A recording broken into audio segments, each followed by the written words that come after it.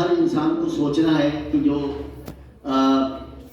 رمضان آئے اور رمضان کی اہمیت اس نے نہیں جانی تو کیا وہ اتباع رسول صلی اللہ علیہ وسلم کے اندر ہے یا باہر چلا گیا. اس لیے اس پروگرام کو رکھا ہے.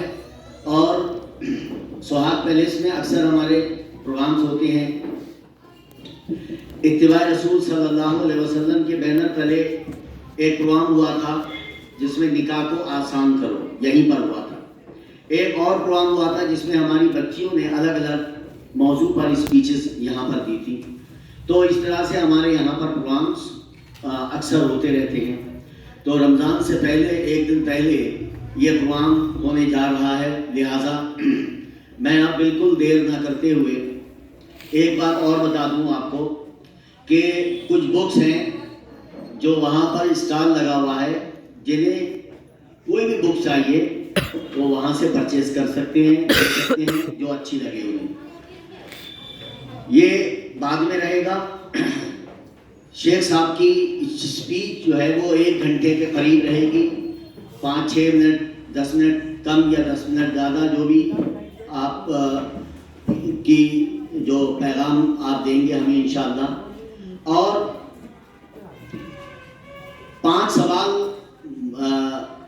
بردر سے یعنی بھائیوں کی طرف سے آئیں گے اور 5 سوال بہنوں کی طرف سے آئیں گے، بیٹیوں کی طرف سے آئیں گے انشاءاللہ. تو میں یہ چاہتا ہوں کہ آپ کے اس پورے اسپیچ میں کہیں آپ کی کوئی پرابلم آ جائے، کوئی سمجھ میں نہیں آئے کوئی بات، تو آپ فوراً ہی نوٹ کر لیں اور پھر جب پروگرام ختم ہو جائے یعنی آپ کی اسپیچ مکمل ہو جائے تو پھر اس کے بعد سوال جواب سیشن رہے گا جس میں 5 سوال ہم بردر سے لیں گے اور 5 سوال ہم اپنی بہنوں سے لیں گے، اپنی بیٹیوں سے لیں گے. اور اس کے بعد جب سوال جواب سیشن چل رہا ہوگا اسی دوران آپ کا انشاءاللہ ریفریشمنٹ بھی کرایا جائے گا. یعنی آپ ایسا نہ ہو کہ تقریر سنتے ہی چلے جائیں، آپ پورا ہی مکمل اس پروگرام کو جوائن کریں.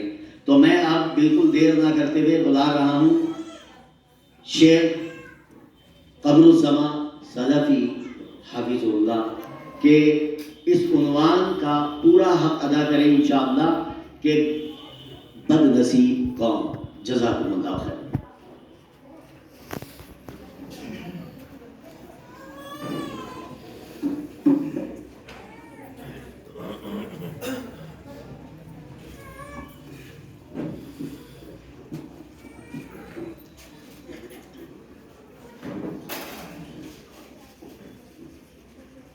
السلام علیکم ورحمۃ اللہ وبرکاتہ.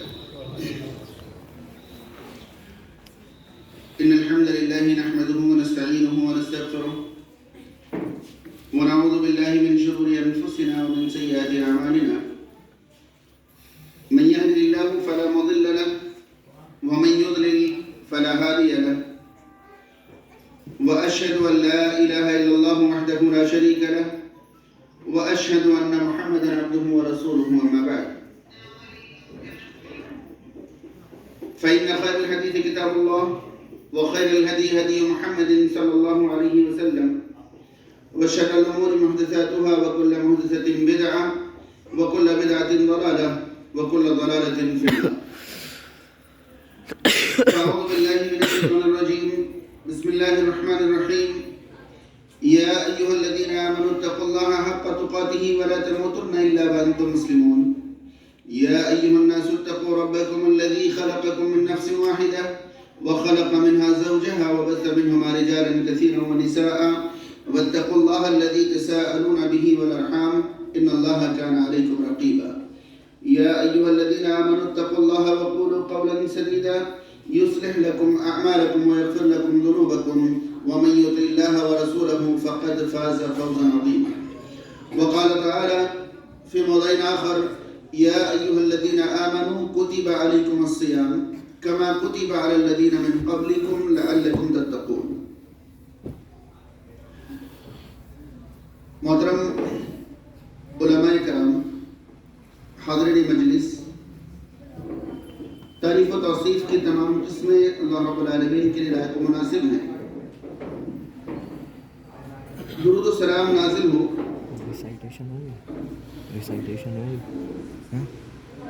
اللہ کے آخری رسول کیا محمد رسول اللہ ہوئی تھی صلی اللہ تعالی علیہ وسلم مطلب پر تلاوت ہوئی تھی قرآن اللہم صلی علی محمد وعلی آل ہاں کہیں نہ محمد کہی تھی كما صليت على إبراهيم وعلى آل إبراهيم إنك حميد مجيد اللهم بارك على محمد وعلى آل محمد كما باركت على إبراهيم وعلى آل إبراهيم إنك حميد مجيد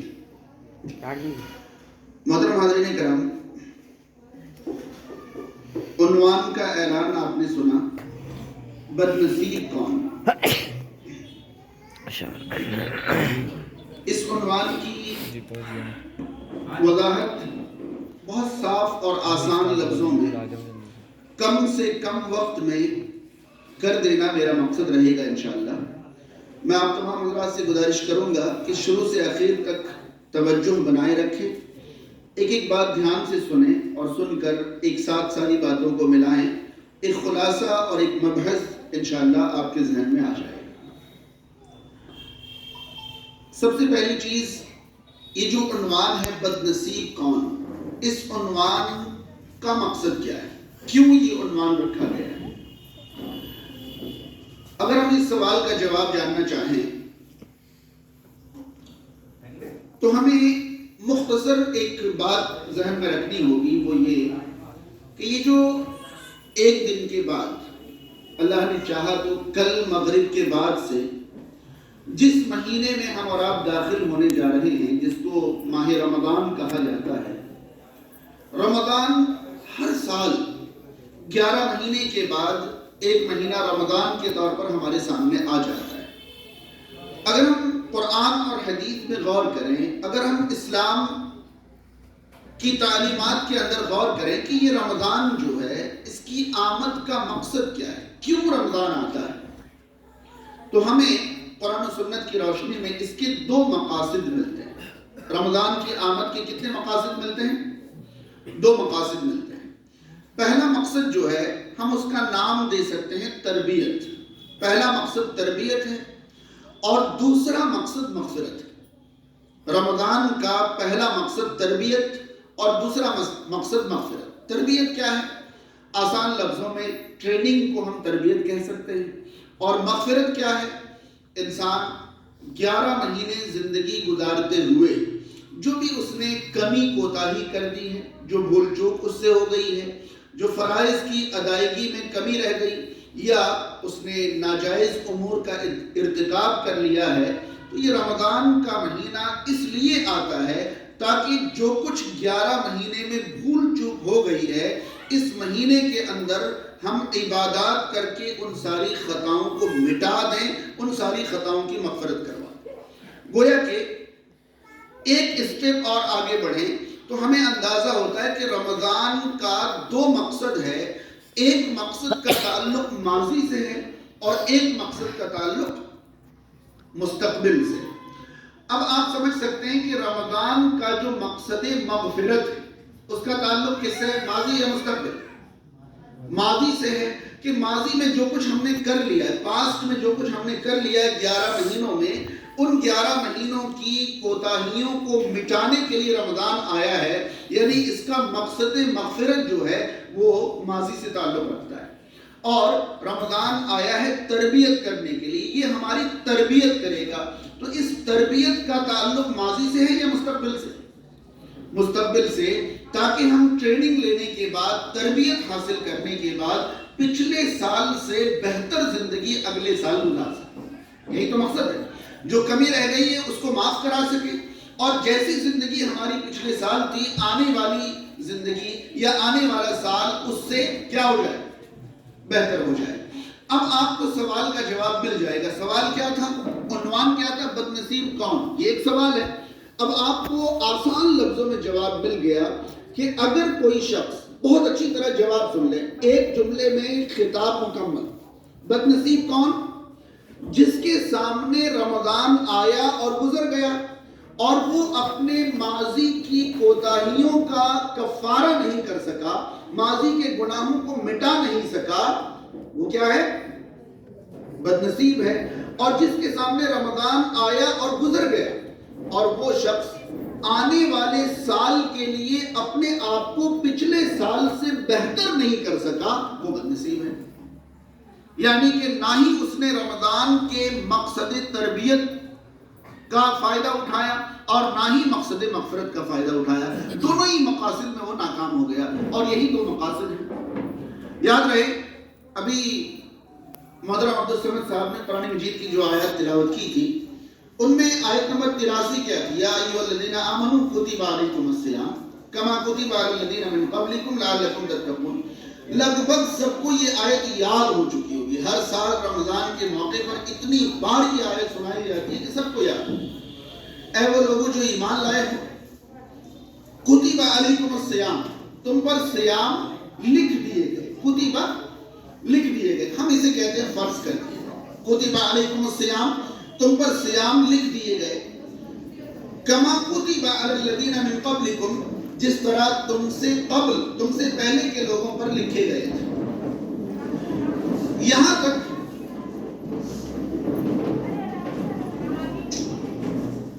یہ کرسیاں کھینچنے کی آواز کہاں سے آ رہی ہے؟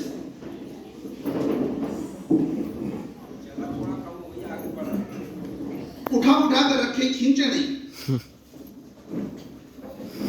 یا ایھا الذین آمنوا سے پتہ چلتا ہے کہ صیام سے پہلے ایمان ضروری ہے. صیام سے پہلے ایمان ضروری ہے. اے وہ لوگوں جو ایمان لائے ہو، تم پر صیام لکھے گئے ہیں. یعنی کہ ایمان نہیں لائے ہیں تو صیام لکھے نہیں گئے. ایمان سے، صیام سے پہلے کیا ضروری ہے؟ ایمان ضروری ہے. بغیر ایمان کے روزے فرض نہیں ہوتے، ایسا کہہ لیں، یا اس طرح کہہ لیں کہ ایمان کے بغیر روزے کام نہیں آتے. ایمان کے بغیر صیام اور روزے کام نہیں آتے. اسی لیے خطاب یا ایھا الذین آمنوا، اے وہ لوگ جو ایمان لائے. کتب علیکم الصیام، تم پر روزے فرض کیے گئے. مطلب یہ اختیاری نہیں ہے، آپشنل نہیں ہے. ہمارے اوپر یہ لازمی ہے کہ ہمیں روزے رکھنے ہی رکھنے. کما کتب علی الذین من قبلکم، جس طرح تم سے پہلے کے لوگوں پر لکھے گئے تھے. یہ کیا ہے؟ یہ دلاسا ہے، یہ تسلی ہے کہ صبح صادق سے لے کر سورج ڈوبنے تک کھانے پینے، شہوت ہم بستری سے رک جانے کا نام روزہ ہے. اگر یہ تمہیں مشکل لگتا ہو تو تسلی لے لو کہ ایسا کرنے والے تم پہلے لوگ نہیں ہو. تم سے پہلے کے لوگ بھی ایسا کرتے چلے آئے ہیں، تو تم کوئی انوکھے نہیں ہو. اس سے دلاسا حاصل کر لو. بات سمجھ میں آ رہی ہے؟ جب کوئی ڈرائیور پہلی بار پہاڑوں پہ ڈرائیو کرنے جاتا ہے تو اپنے من کو یہ کہہ کر تسلی دے رہا ہوتا ہے کہ تو پہاڑ پہ گاڑی چلانے والا پہلا بندہ نہیں ہے. تو اس سے پہلے بھی سارے لوگ جاتے رہے ہیں اور اب بھی جا رہے ہیں. بس اس کو اندر سے ترغیب مل جاتی ہے کہ اب میرے لیے بھی مشکل نہیں ہے. تو اللہ تعالیٰ نے فرمایا کما کتب علی الذین من قبلکم، جس طرح تم سے پہلے کے لوگوں پر لکھے گئے تھے. لعلکم تتقون، یہ مقصد ہے تاکہ تم تقوی اختیار کرو. تو رمضان کا پہلا مقصد یہ ہوا کہ تقوی اختیار کرو، اور یہ جو مقصد ہے اسی کا نام میں نے رکھا مقصد تربیت. رمضان اس لیے آتا ہے تاکہ وہ ہمیں تقوی سکھائے، ہمیں متقی بنائے، یعنی ہماری تربیت کرے. اور یہ تربیت اگلے سال کے لیے، یہ تربیت اگلے سال کے لیے. اب یہاں رک جائیں اور رک کر ایک حدیث پر غور کریں جو کہ عام طور پر اس موقع پر کبھی ہمارے سامنے شاید نہیں آتی ہو. اس موقع پر، رمضان کے موقع پر جو حدیث ہمارے سامنے نہیں آتی ہے، آج میں وہ حدیث آپ تک پہنچانا چاہتا ہوں. صحیح بخاری میں سہل ابن سعد رضی اللہ تعالیٰ عنہ سے مروی ایک حدیث ہے. آپ صلی اللہ علیہ وسلم نے فرمایا من یضمن لی ما بین لحییہ وما بین رجلیہ اضمن لہ الجنہ. غور کریں کہ آپ صلی اللہ علیہ وسلم نے فرمایا کہ جو شخص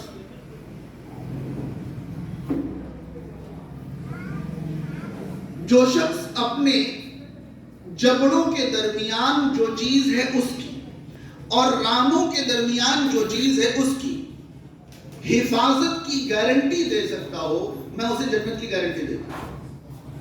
آئی بات سمجھ میں؟ آسان لفظوں میں کہیں تو رسول کریم صلی اللہ علیہ وسلم نے یہ فرمایا کہ جو شخص مجھے زبان اور شرمگاہ کی صحیح استعمال کی گارنٹی دیتا ہو، میں اسے کس بات کی گارنٹی دیتا ہوں؟ جنت کی گارنٹی دیتا ہوں. اب آپ سمجھیں گے کہ یہ زبان اور شرمگاہ کا صحیح استعمال اتنا بڑا اعلان رکھتا ہے کہ اس پر رسول کریم صلی اللہ علیہ وسلم نے جنت کی ضمانت دے دی ہے، گارنٹی دے دی ہے.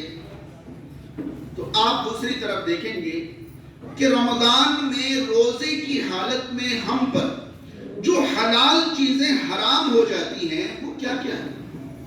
تو آپ پائیں گے اس کا گہرا تعلق اس حدیث سے. بھئی زبان اور شرمگاہ کی حفاظت پر جنت کی ضمانت دی گئی نا، تو رمضان میں ہم پر یہی دو چیزیں تو حرام ہوتی ہیں جو کہ عام حالات میں حلال ہیں. رمضان کے دنوں میں یہی دو چیزیں حرام ہوتی ہیں، یعنی کھانا پینا، جھوٹ بولنا، غلط باتیں، بری باتیں بولنا. ان سب کا تعلق کس سے؟ منہ سے. اگر آپ منہ کو کنٹرول کر لے گئے اس حدیث سے آپ نے جوڑ لیا. اور دوسری چیز شہوت، وہ شہوت جو شادی شدہ جوڑے کے لیے عام حالات میں حلال ہے، روزے کی حالت میں وہ بھی حرام ہو جاتی ہے. کیوں؟ کیونکہ انسان کی زندگی میں ایک بڑا مرحلہ ایسا آتا ہے کہ جہاں اس کو شہوت کی ضرورت تو ہوتی ہے لیکن اس پر شہوت حلال نہیں ہوتا. تو پھر روزہ اسے انسپائر کرتا ہے کہ اگر روزے کی حالت میں آپ حلال کو حرام کر کے بھی آسانی سے گزر بسر کر رہے تھے تو پھر زندگی میں جب یہ والا مرحلہ آئے تو آپ کو حرام کی طرف نہیں جھانکنا. آئی بات سمجھ میں؟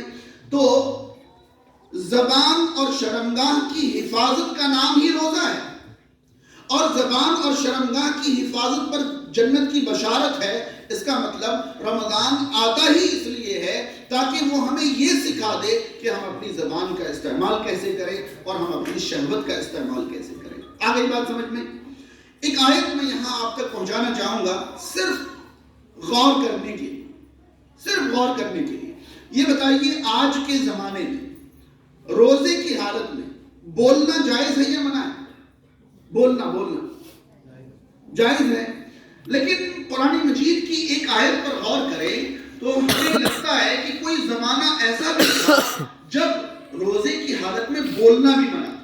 یعنی یہ جو زبان، میں نے بار بار کہا کہ بھئی زبان اور شہوت کا نام ہی روزہ ہے نا، اسی کو روکنے کا. کسی زمانے میں تو زبان استعمال کرنے کی بھی اجازت نہیں تھی، ایسا لگتا ہے. آئیے میں آپ کو محسوس کراؤں. سورہ مریم پڑھیں.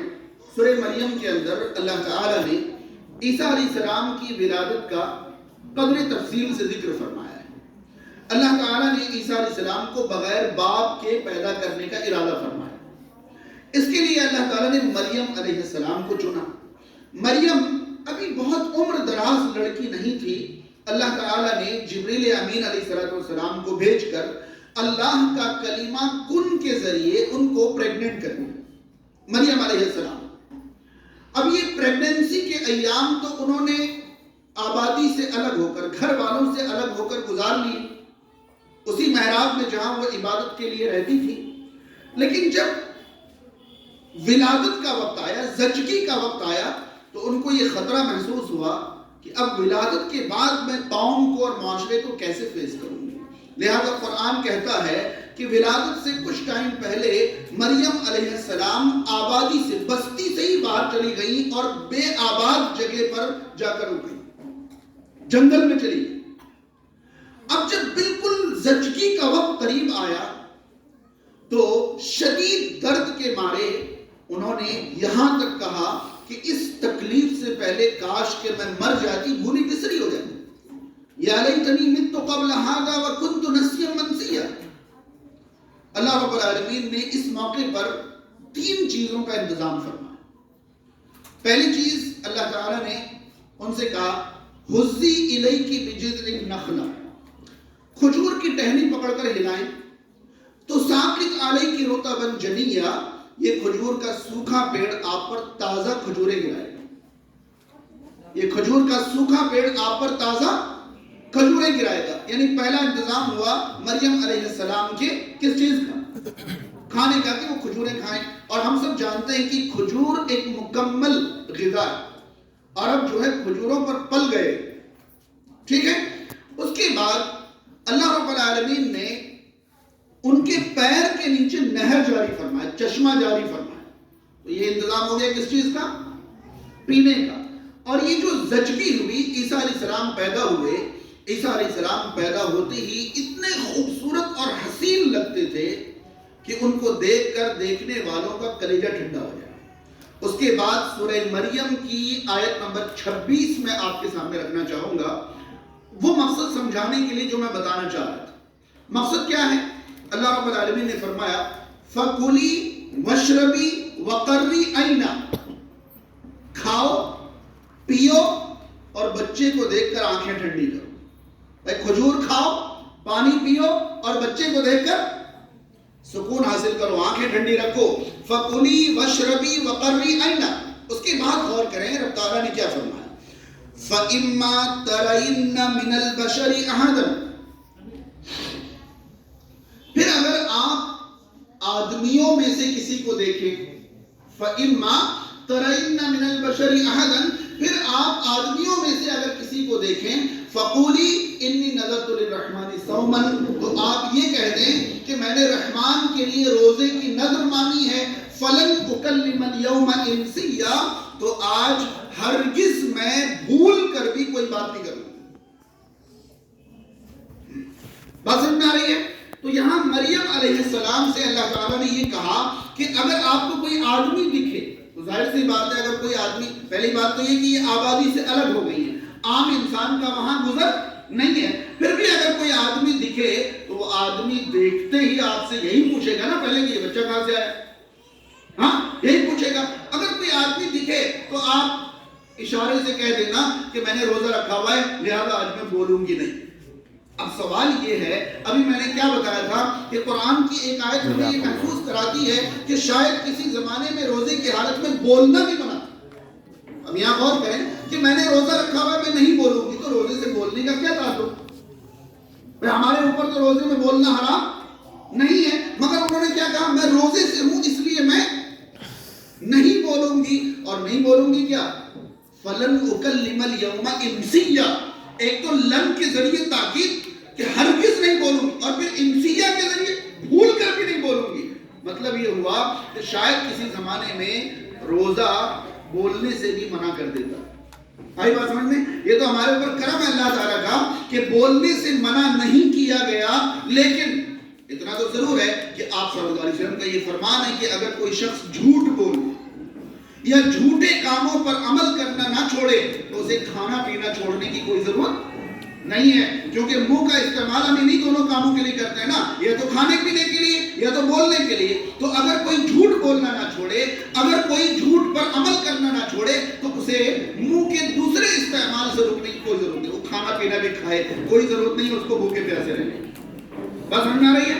سنن ابن ماجہ کی مشہور حدیث ہے کہ بہت سارے روزے دار ایسے ہیں جن کو بھوک اور پیاس کے علاوہ روزے سے کچھ نہیں ملتا، جن کو بھوک اور پیاس کے علاوہ روزے سے کچھ نہیں ملتا.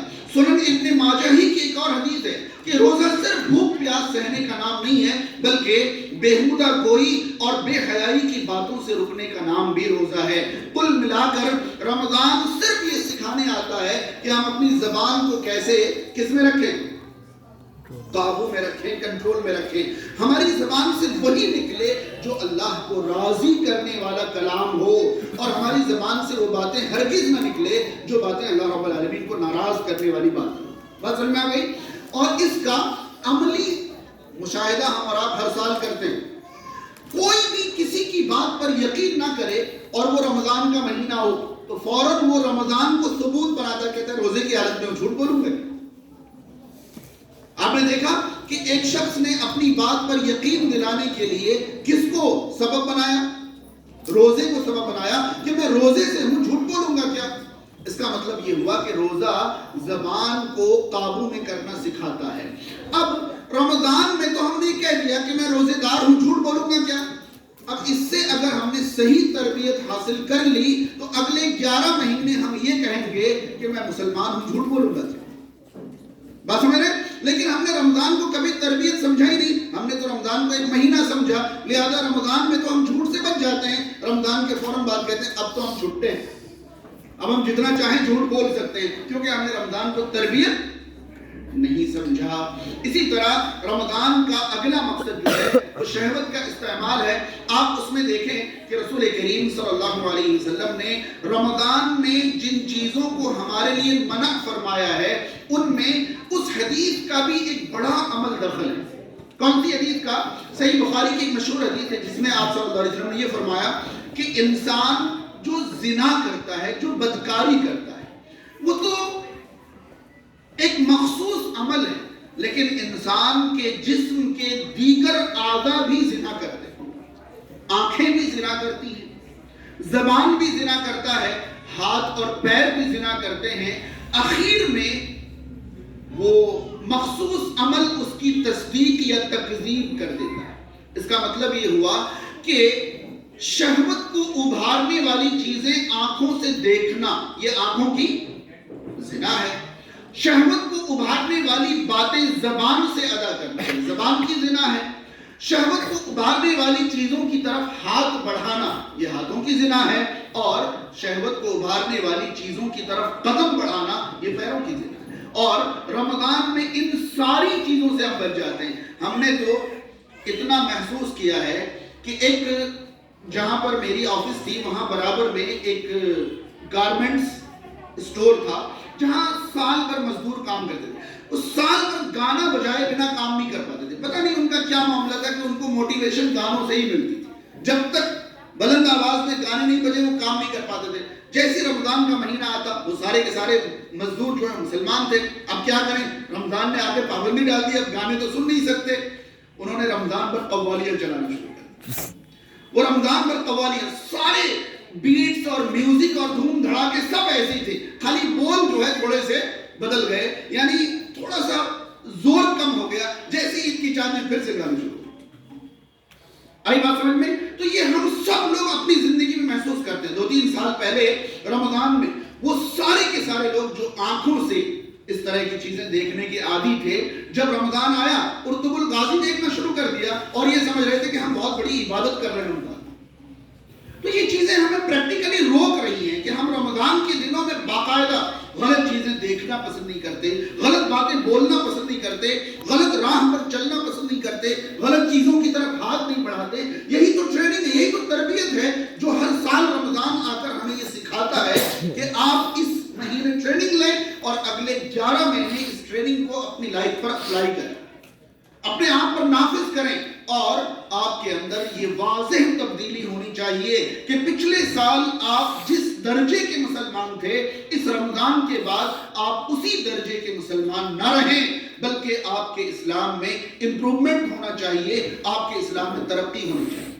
ابھی میں نے پچھلا جمعہ مسجد ابو ذر میں جب خطبہ پیش کیا تو میں نے لوگوں سے کہا، اور یہاں میری یہ بات زیادہ مناسب مانی جائے گی، میں تو یہ کہنا چاہوں گا کہ معاشرے کے تمام مسلمانوں کو، خواہ وہ مرد ہوں یا عورت، انہیں چاہیے کہ رمضان سے پہلے ایک پیج لے لیں، رمضان سے پہلے ایک پیج لے لیں اور 1 دن پہلے وہ اپنے آپ کو ریویو کریں.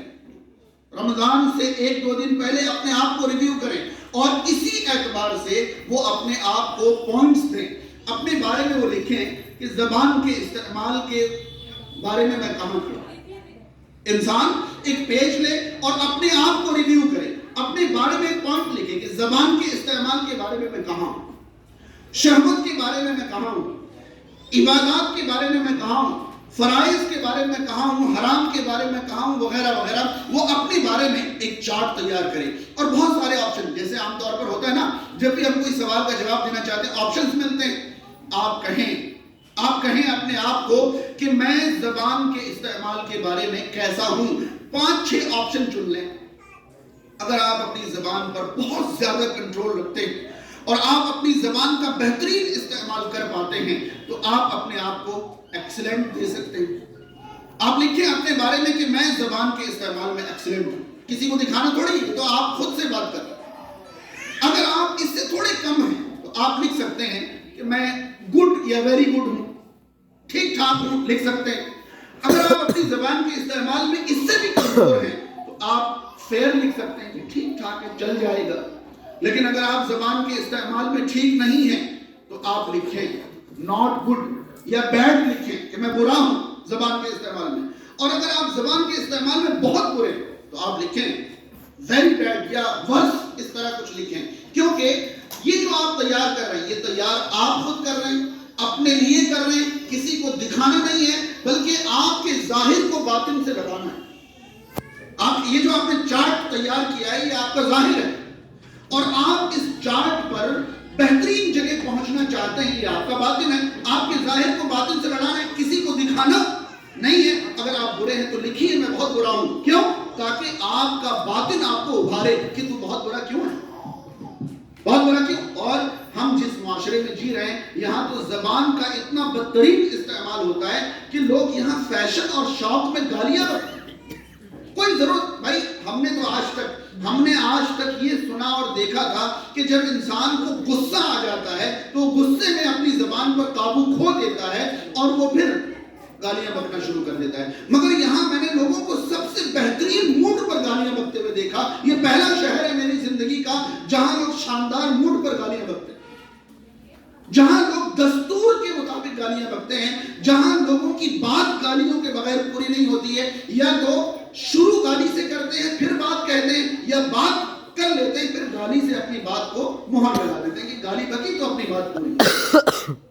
یہ زبان کا اگر استعمال ہوا تو اتنے سال رمضان آئے گئے، ہم نے کیا حاصل کیا؟ ہم نے کیا حاصل کیا؟ اور یاد رہے صرف گالی سے بچانے کے لیے رمضان نہیں آتا ہے۔ ہم نے کتنی چغلی کی، کتنی غیبت کی، ہم نے کس طرح اپنی زبان سے دوسروں کو تکلیف پہنچائی، یا ہماری زبانوں پر جو کلمات جاری تھے وہ گانے کے کلمات تھے، حرام کلمات تھے، یہ کیا تھے؟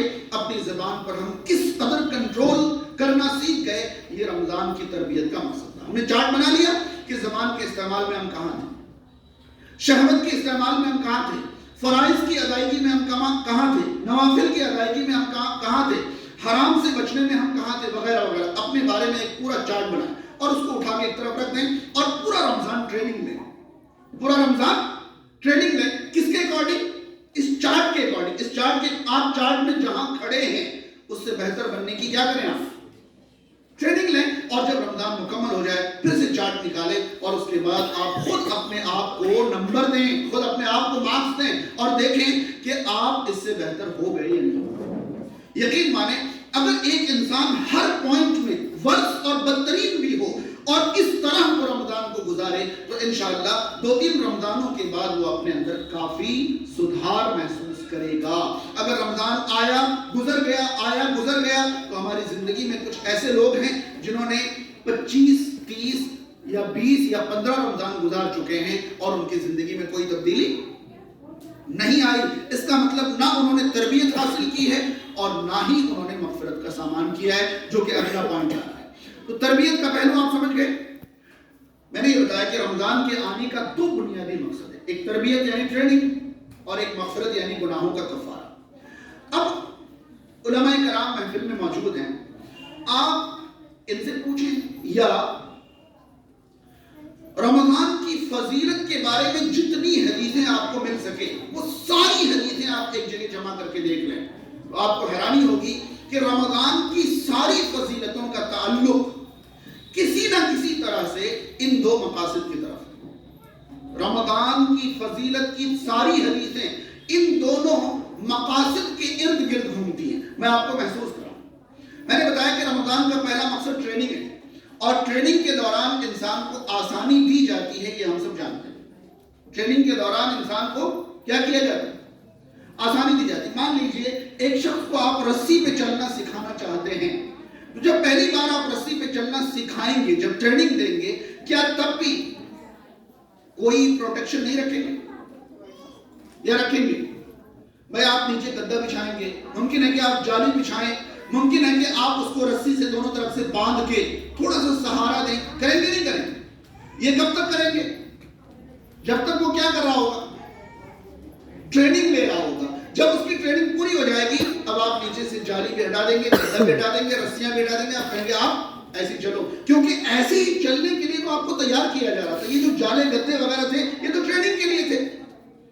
اب میں نے آپ کو بتایا کہ آپ کو متقی بنانے کے لیے رمضان آتا ہے نا، اور متقی بننے کی راہ میں سب سے بڑی رکاوٹ تو شیطان ہے۔ تو جیسے ہی رمضان آتا ہے شیطان کو جکڑ دیا جاتا ہے۔ یہ ٹریننگ کے لیے آسانی نہیں تو کیا؟ آئی بات سمجھ میں؟ یہ ٹریننگ کے لیے آسانی نہیں تو کیا ہے؟ اگر شیطان نہیں جکڑا جائے، آپ رمضان میں بھی نیکیاں نہیں کر پائیں، تو پھر نیکیوں کی عادت آپ کو لگے گی کیسے؟ جب آپ دیکھیں، پتہ نہیں میری بات آپ سمجھ پا رہے ہیں یا نہیں، ٹریننگ سے پہلے اور ٹریننگ کے بعد انسان کی حالت ایک ہی جیسی ہو تو اس کے اندر کوئی تبدیلی نہیں آئے گی. اسی لیے یہ آپ کو تقوی سکھانے آتا ہے نا، تو تقوی سکھانے کا انتظام کرتا ہے. بیٹا تھوڑا سا آسانی لے لو، شیطان بند، جنت کے دروازے کھل گئے، جہنم کے دروازے بند ہو گئے، رحمت کی بارش ہو رہی ہے، ہر رات اللہ تعالیٰ جہنم سے لوگوں کو آزاد فرما رہا ہے، وغیرہ وغیرہ. یہ ساری فضیلتیں مقصد تربیت سے تعلق رکھتی ہیں. یہ ساری فضیلتیں مقصد تربیت سے تعلق رکھتی ہیں تاکہ آپ کو نیکیاں کرنا آسان بنا دیا جائے. اور اس کا سیدھا سا اثر ہر سال رمضان کی پہلی تاریخ کو ہمیں دنیا کی ساری مساجد میں دیکھنے کو مل جاتا ہے. ملتا ہے یا نہیں ملتا ہے؟ یہ بتائیے، رمضان کا چاند دکھنے کے بعد دنیا کی کوئی مسجد ایسی ہے جو شعبان کی آخری تاریخ اور رمضان کی پہلی تاریخ میں مسجد میں کوئی فرق نہیں پڑا ہو؟ ایسا ہوتا ہے کیا؟ رمضان کی ایک تاریخ پہلے ہمیں صاف دکھائی دیتا ہے کہ شیطان ابھی کیا ہے؟ کھلا ہوا ہے. اور رمضان کا چاند دکھتے ہی صاف دکھائی دیتا ہے کہ شیطان بند ہو چکا ہے، اور جو شیطان کے قبضے میں تھے وہ آزاد ہو کر کہاں آ گئے؟ مساجد میں آ گئے ہیں. یہ صاف دکھائی دیتا ہے. اگر یہ آسانی ہے اور رمضان بھر ہم عبادت کے عادی بنے ہوئے اور رمضان کے بعد پھر سے ہم اسی جگہ پہنچ گئے جہاں تھے، پھر سے شیطان کے قبضے میں، تو گویا کہ ہم نے ٹریننگ سے کچھ بھی حاصل نہیں کیا. میں آپ کو ایک مثال دینا چاہوں گا. یہ مثال تھوڑی سی گہری ہے مگر دل چاہ رہا ہے کہ پیش کر دوں. اسی لیے گزارش ہے کہ خاص توجہ سے سنیں اور اس مثال کو سمجھنے کی کوشش کریں. ممکن ہے کہ میں جو پوچھوں اس کا جواب ہی غلط آئے، لیکن اگر آپ غور سے سنیں گے تو صحیح جواب دیں گے انشاءاللہ. مان لیجئے ایک آدمی نے، بہت اچھی طرح سنیں، ایک آدمی نے کوئی شو روم کھولا، کپڑے کا، جوتے کا، کسی بھی چیز کا شو روم کھولا. اب اس نے دیکھا کہ شو روم بہت شاندار بنا ہوا ہے، اس کے اندر مال بھی A1 کوالٹی کا لگا ہوا ہے، اور پرائس بھی بہت ریزنیبل، بہت مناسب قیمت اس نے رکھی ہے. پھر بھی کسٹمر نہیں آ رہے. کسٹمرز کو دیکھ کر ہی ڈر لگ رہا ہے، ارے بہت مہنگی دکان لگ رہی، پتہ نہیں چھین جائے گا، کیا ہو جائے گا، ڈر لگ رہا ہے. اب شو روم کے مالک نے ایک انتظام کیا کسٹمرز بلانے کا. کیا کیا؟ انتظام کیا.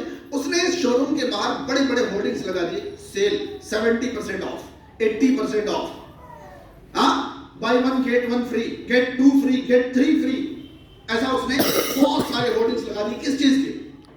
سیل کے. اب انسان تو موقع پرست ہوتا ہی ہے، جو اس طرف جھانک بھی نہیں رہا تھا، جیسے اس نے 70 80 90% چھوٹ دیکھی، ایک پر 1 1 پر 2 1 پر 3 مفت میں دیکھا، تو لوگ اس شو روم کی طرف کیا ہو گئے؟ آ گئے، ٹوٹ پڑے. ارے شو روم کسٹمر سے بھر گیا. لیکن شو روم کا مالک ایک کونے پر کاؤنٹر پہ بیٹھا ہوا سارے کسٹمرز کو دیکھ کر مند مند مسکرا رہا ہے اور دیکھ رہا ہے یہ لوگ میرے کسٹمر نہیں ہیں، یہ لوگ میرے کسٹمر نہیں ہیں، بلکہ یہ سارے لوگ موقع پرست ہیں. کون ہے یہ؟ موقع پرست ہیں. اب جب یہ سیل جو ہے نا، سیل جو لگا ہے، اس کی کوئی تو انتہا ہوگی نا بھائی، 10 دن کے لیے، 15 دن کے لیے، 20 دن کے لیے، کوئی تو ایک لمٹ ہوگی، کوئی تو پیریڈ ہوگا. جب سیل کی لمٹ ختم ہو جائے، پیریڈ ختم ہو جائے، اس کے بعد جو کسٹمر شو روم میں آتے رہیں، تب شو روم کے مالک کو لگے گا کہ یہ میرا کیا ہے؟ کسٹمر. یہ میرے کسٹمر ہیں. سیل میں جو لوگ آئے تھے ان کی تعداد کتنی تھی، کتنے لوگ آئے تھے، شو روم کا مالک ہرگز انہیں اپنا کسٹمر نہیں سمجھے گا، بلکہ انہیں تو اپنا کسٹمر کے بجائے موقع پرست سمجھے گا. آپ کو مثال سمجھ میں آ گئی میں کیا سمجھانا چاہ رہا ہوں؟ بھائی رمضان میں تو اللہ تعالیٰ نے سیل لگا رکھا ہے نیکیوں کا. بھائی سیدھی بات ہے، مساجد جو ہیں یہ بہترین کوالٹی کے سامان کا شو روم ہے. جس طرح مسلمان دیکھنے سے بھی ڈرتا ہے کہ مسجد میں جاؤں گا کہیں مولانا پکڑ کے اپنے آپ کو سارے حرام چیزوں سے چھڑا نہ لے.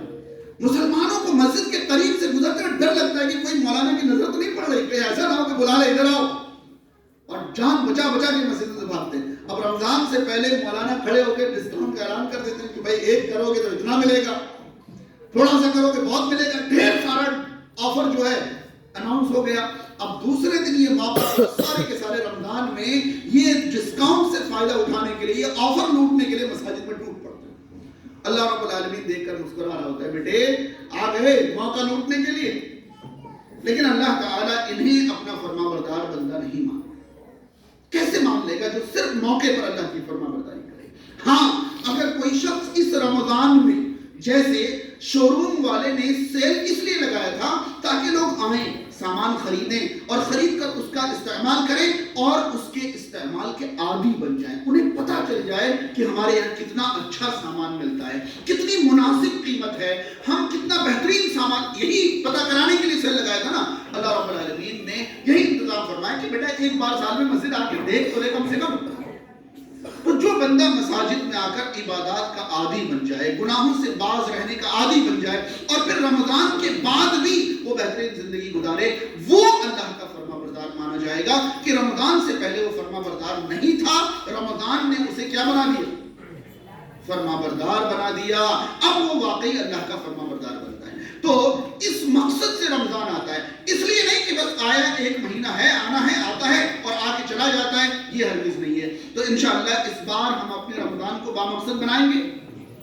یاد رہے, اگر اس بار بھی رمضان بامقصد نہیں رہا اور ہم رمضان سے اپنی تربیت نہیں کر سکے یا رمضان نے ہمارے اندر کوئی تبدیلی پیدا نہیں کی, تو جو عنوان ہمارا ہے نا, کیا تھا عنوان؟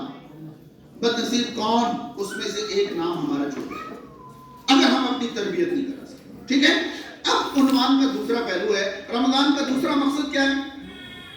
مغفرت. رمضان کا دوسرا مقصد مغفرت, اور مغفرت کا معنی گناہوں کا مٹانا. آپ کو پتا ہے صحیح مسلم کی حدیث ہے, 5 وقت کی نمازیں جمعہ سے جمعہ اور رمضان سے رمضان گزشتہ گناہوں کا کفارہ. یعنی کہ رمضان جو ہے گزشتہ گناہوں کا کفارہ. میں نے پہلے ہی بتایا تھا کہ رمضان کے 2 عظیم مقاصد میں سے ایک مقصد کا تعلق مستقبل سے ہے. ابھی تک جس مقصد پر ہم نے بات کی اس کا تعلق مستقبل سے, تاکہ آپ اپنی تربیت کریں اور جو تھے وہ نہ رہ جائیں بلکہ اس سے بہتر بن جائیں. اس کا تعلق مستقبل سے. اب جو بات ہم کرنے جا رہے ہیں اس کا تعلق کس سے؟ ماضی سے, کہ پیچھے جو بھول چوک ہو گئی ہے ہم اس کو مٹائیں. اریز کرنے کا ایک موقع ہر سال رمضان ہمیں دیتا ہے کہ رمضان آئے اور ہم اپنی مغفرت کرا لیں. اس میں صاف حدیث موجود ہے جامع ترمذی کی, اگر کسی کو رمضان ملا اور گزر گیا, وہ اپنی مغفرت نہیں کرا سکا, وہ خاک آلود ہو جائے, وہ برباد ہو جائے, یعنی وہ بد نصیب. اگر رمضان آیا اور ہم مغفرت نہیں کرا سکے تب بھی ہم کیا ہیں؟ بد نصیب ہے. یہی حدیث ابن حبان اور ابن خزیمہ کے اندر اس طرح ہے کہ آپ صلی اللہ علیہ وسلم منبر پر چڑھتے ہوئے آپ نے آمین آمین آمین کہا. صحابہ کرام نے وجہ پوچھی تو آپ نے وجہ بتاتے ہوئے ایک وجہ یہی بتائی کہ جسے رمضان ملے گزر جائے اور وہ اپنی مغفرت نہیں کرا سکے, اس پر جبریل امین نے بد دعا کی اور میں نے آمین کہا. جبریل علیہ السلام نے اس پر, تو اس سے پتہ چلا کہ رمضان سے مغفرت حاصل کرنا بھی آپشنل نہیں ہے, اختیاری نہیں ہے, یہ بھی لازمی ہے. کیوں؟ کیونکہ اگر مغفرت نہیں حاصل کریں گے تو ایسا نہیں ہے کہ چلو جس نے حاصل کر لیا بہت اچھی بات ہے, نہیں حاصل کیا کوئی بات نہیں, جی نہیں حاصل کر سکے تو بد نصیب ہے. تو ابھی آپشنل ہے کہ لازمی؟ یعنی رمضان سے مغفرت حاصل کرنا بھی لازمی ہے, نہیں حاصل کر سکے تو ہم بد نصیب. اب رمضان کی فضیلت کے بارے میں جو دوسری قسم کی حدیث ہے, میں نے کہا تھا نا کہ رمضان کی فضیلت پر جتنی حدیث ہیں یا تو ان کا تعلق تربیت سے ہے یا ان کا تعلق مغفرت سے. اب مغفرت سے متعلق احادیث رمضان کی فضیلت کے بارے میں آپ کو پہلی حدیث یہ معلوم ہونی چاہیے, رسول کریم صلی اللہ علیہ وسلم نے یہ فرمایا کہ روزے دار 2 بار خوش ہوگا. روزے دار 2 بار, للصائم فرحتان, صائم کے لیے روزے دار کے لیے 2 خوشی. پہلی خوشی تو یہ ہے کہ جب وہ افطار کرتا ہے تو خوش ہو جاتا ہے کہ جو ٹاسک لے کر میں صبح چلا تھا وہ اب میں نے کیا کر لیا, کمپلیٹ کر لیا. میں نے ایک روزہ صبح شروع کیا تھا اب مکمل کر لیا. تو ایک خوشی تو روزے دار کو افطار کے وقت مل جاتی کہ اس کا روزہ مکمل ہو گیا, اور دوسری خوشی اسے جب ملے گی جب وہ اپنے رب سے ملاقات کرے. یا دوسرے لفظوں میں کہیں تو اللہ تعالیٰ جب اسے اس کے روزے کا بدلہ عطا کرے گا تب وہ کیا ہوگا؟ خوش ہوگا. اور میں اس حدیث پر ہمیشہ ایک بات کہتا ہوں کہ انسان کس پر خوش ہوتا ہے یہ غور کرنا بہت ضروری ہے. یہ بتائیے کہ 100 کا نوٹ انسان کو خوش کر سکتا ہے یا نہیں؟ جی 100 کا نوٹ انسان کو خوش کر سکتا ہے یا نہیں؟ کوئی کہے گا ہاں خوش کر سکتا ہے تو بھی جواب غلط ہے، اور کوئی کہے گا نہیں خوش نہیں کر سکتا ہے تو بھی جواب غلط ہے. تو پھر صحیح جواب کیا ہے؟ 100 کا نوٹ انسان کو خوش کر سکتا ہے یا نہیں، اس کا تعلق 100 کے نوٹ سے نہیں ہے، بلکہ جس کو ہم دے رہے ہیں اس کی امید سے. اس کی امید سے. ایک آدمی اگر آپ کے پاس 10 روپے کی امید لے کر آیا ہے اور آپ سے 100 کا نوٹ دے دیں تو چہرے پر رنگت بدل جائے گی، خوش ہو جائے گا، کیونکہ وہ آپ سے کتنے کی امید لے کر آیا تھا؟ 10 کی. آپ نے کتنا دے دیا؟ اب 100 کے نوٹ نے اسے خوش کر دیا. اور ایک آدمی 1000 کی امید لے کر آیا تھا اور آپ نے 100 پکڑا دیا، وہ 100 کا نوٹ جو ہے اس کے چہرے پر جتنی تازگی ہے وہ بھی کم کرا. ممکن ہے کہ وہ اندر اندر بدھ بدھاتا ہو جائے کہ اس سے نکالنا بہت مشکل ہے. ہاں تو یہی 100 کا نوٹ ہے. اس میں تو کوئی خوبی نہیں ہے. ایک کو اس نے خوش کر دیا، دوسرے کو اس نے خوش نہیں کیا. اس کا مطلب خوش ہونے کا تعلق جو ہے وہ حاصل کرنے والے کی امید پر. بات سمجھ رہے ہیں؟ آپ کو پتا ہے میں نے یہ مثال کیوں دی؟ رسول کریم صلی اللہ علیہ وسلم نے فرمایا کہ روزے دار کو اللہ تعالیٰ جب روزہ کا بدلہ دے گا تو وہ خوش ہو جائے گا. یعنی آپ روزے کے بدلے کی جتنی امید کر سکتے ہیں اللہ تعالیٰ اس سے کیا کرے گا؟ زیادہ دے گا. کیوں؟ کیونکہ امید سے کم ملنے پر بندہ خوش نہیں ہوگا. اور یہ اللہ کا وعدہ ہے کہ میں روزے دار کو بدلہ دے کر کیا کروں گا؟ خوش کروں گا. اب آپ کو اجازت ہے آپ امید کی فہرست جتنی لمبی چاہیں کر لیں. اللہ تعالیٰ واسع ہے، اس کے پاس اجر کی کوئی کمی. آپ تو جتنی امید لمبی کرنا چاہیں، خواتین تو لسٹ بنا لیں کہ مجھے روزے کے بدلے یہ بھی چاہیے، یہ بھی چاہیے، یہ بھی چاہیے. انشاءاللہ اللہ تعالیٰ اس سے بھی بڑھ کر دے گا. کیوں؟ امید سے کم ملے تو بندہ خوش نہیں ہوتا، اور یہاں تو خوشی کی ضمانت ہے. آئی بات سمجھ میں؟ تو یہ بتائیے یہ روزے کا ثواب اس طرح بیان کیا جانا یہ مغفرت سے تعلق رکھنے والی فضیلت ہے نا. ایک اور حدیث ہے، جس شخص نے رمضان میں عمرہ کیا اسے کیا ملے گا؟ اسے حج کا ثواب ملے گا. علماء کے علاوہ میں آپ تمام سے ایک سوال کرنا چاہوں گا. جس نے رمضان میں عمرہ کیا ان کو حج کا ثواب ملے گا. یہ جواب صحیح ہے مگر مکمل نہیں. علماء کے علاوہ کوئی اس جواب کو مکمل کرے. علماء نہیں جواب دیں. جی رمضان میں عمرہ کرنے والے کو حج کا ثواب ملے گا، یہ جواب صحیح ہے لیکن کمپلیٹ نہیں. ایک پوائنٹ چھوٹا ہوا ہے، وہ پوائنٹ کوئی پورا کریں علماء کے علاوہ. جی کوئی بھی؟ ماشاءاللہ جزاکم اللہ خیر. یہ تھا وہ پوائنٹ جو چھوٹا ہوا تھا کہ رمضان میں عمرہ کرنے پر صرف حج کا ثواب نہیں ملتا، بلکہ آپ صلی اللہ علیہ وسلم کا صحیح مسلم کی حدیث میں یہ فرمان ہے کہ جس نے رمضان میں عمرہ کیا اس نے گویا میرے ساتھ حج کیا، اللہ کے نبی صلی اللہ علیہ وسلم کے ساتھ حج کیا ہے. یہ رسول اللہ صلی اللہ علیہ وسلم کی معیت اور ساتھ والا پوائنٹ چھوٹ گیا. آئی بات سمجھ میں؟ ہم بچپن سے یہ سنتے آ رہے ہیں کہ رمضان اجر کو بڑھا دیتا ہے، ثواب کو بڑھا دیتا ہے. ہم نے یہ بھی سنا کہ 70% بڑھ جاتا ہے، کہ نفل کا ثواب نفل کا ثواب فرض کے برابر ہو جاتا ہے، فرض کا ثواب 70 فرض. ان باتوں کی کوئی دلیل موجود نہیں ہے کہ کتنا پرسنٹ بڑھتا ہے، مگر یہ حدیث اس بات کی دلیل ہے کہ رمضان کا عمل عام دنوں کے عمل کے برابر نہیں رہتا، کیونکہ عام دنوں کا عمرہ صرف عمرہ ہے اور رمضان کا عمرہ رسول اللہ صلی اللہ علیہ وسلم کے ساتھ حج ہے. یعنی یہ بنیاد تو ہمیں مل گئی کہ رمضان میں اعمال کا ثواب بڑھ جاتا ہے.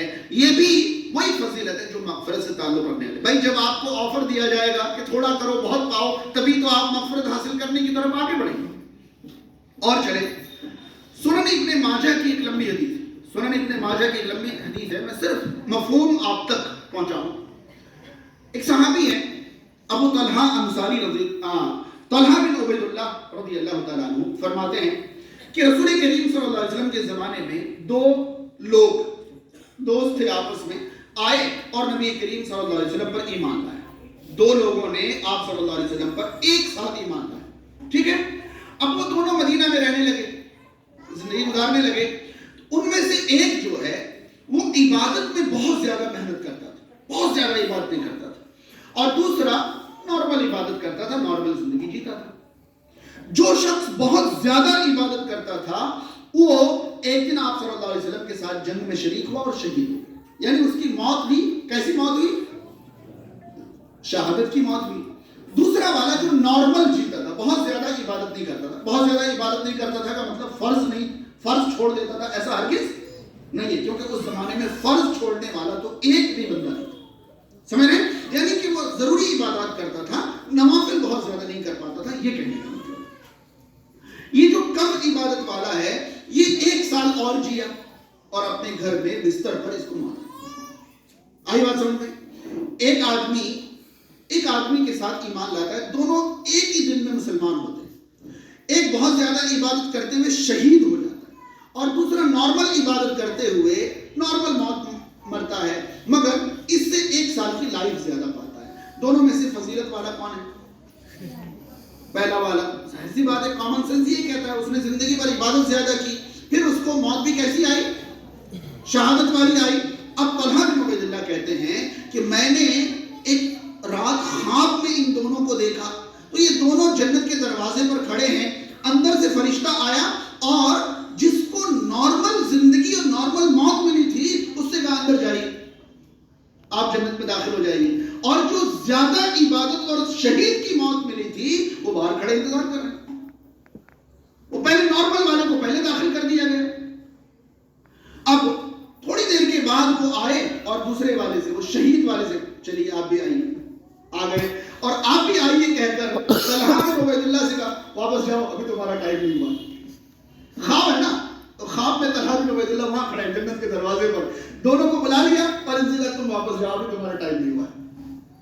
لیکن پہلے کن کو بلایا؟ جو نارمل تھا, اور بعد میں جو افضل تھا. ٹھیک ہے. اب یہ خواب صحابہ کے سامنے جب بیان ہوا فعجبوا, صحابہ کرام کو یہ بات بڑی تعجب خیز لگی, بہت زیادہ وہ تعجب میں کہ ایسا کیسے ہوا. رسول کریم صلی اللہ علیہ وسلم کے پاس بات پہنچی تو آپ صلی اللہ علیہ وسلم نے فرمایا تم لوگوں کو حیرانی ہو رہی, تم لوگ تعجب کر رہے ہو, پریشان ہو رہے ہو. صحابہ کرام نے کہا تعجب کی بات ہے. انہوں نے کہا یہ بتاؤ اس شخص کو پہلے والے شخص سے 1 رمضان زیادہ ملا یا نہیں؟ ارے بات سمجھ میں, اس شخص کو پہلے والے شخص سے کیا زیادہ ملا؟ 1 رمضان زیادہ ملا. اس رمضان کی عبادت نے, ساتھ ہی سال بھر جو اس نے سجدے کیے, نیکیاں کی, ان سب نیکیوں نے مل کر اسے پہلے والے شخص سے رتبے اور فضیلت میں بڑھا دیا. اب محسوس کر سکتے ہیں کہ 1 رمضان کی عبادت انسان کو کہاں سے کہاں پہنچا سکتا ہے. نہیں محسوس کر سکے تو آپ سن لیں کہ رسول کریم صلی اللہ علیہ وسلم کا اس حدیث میں آخری جملہ یہ ہے کہ فما بینہما ابعد مما بین السماء والارض.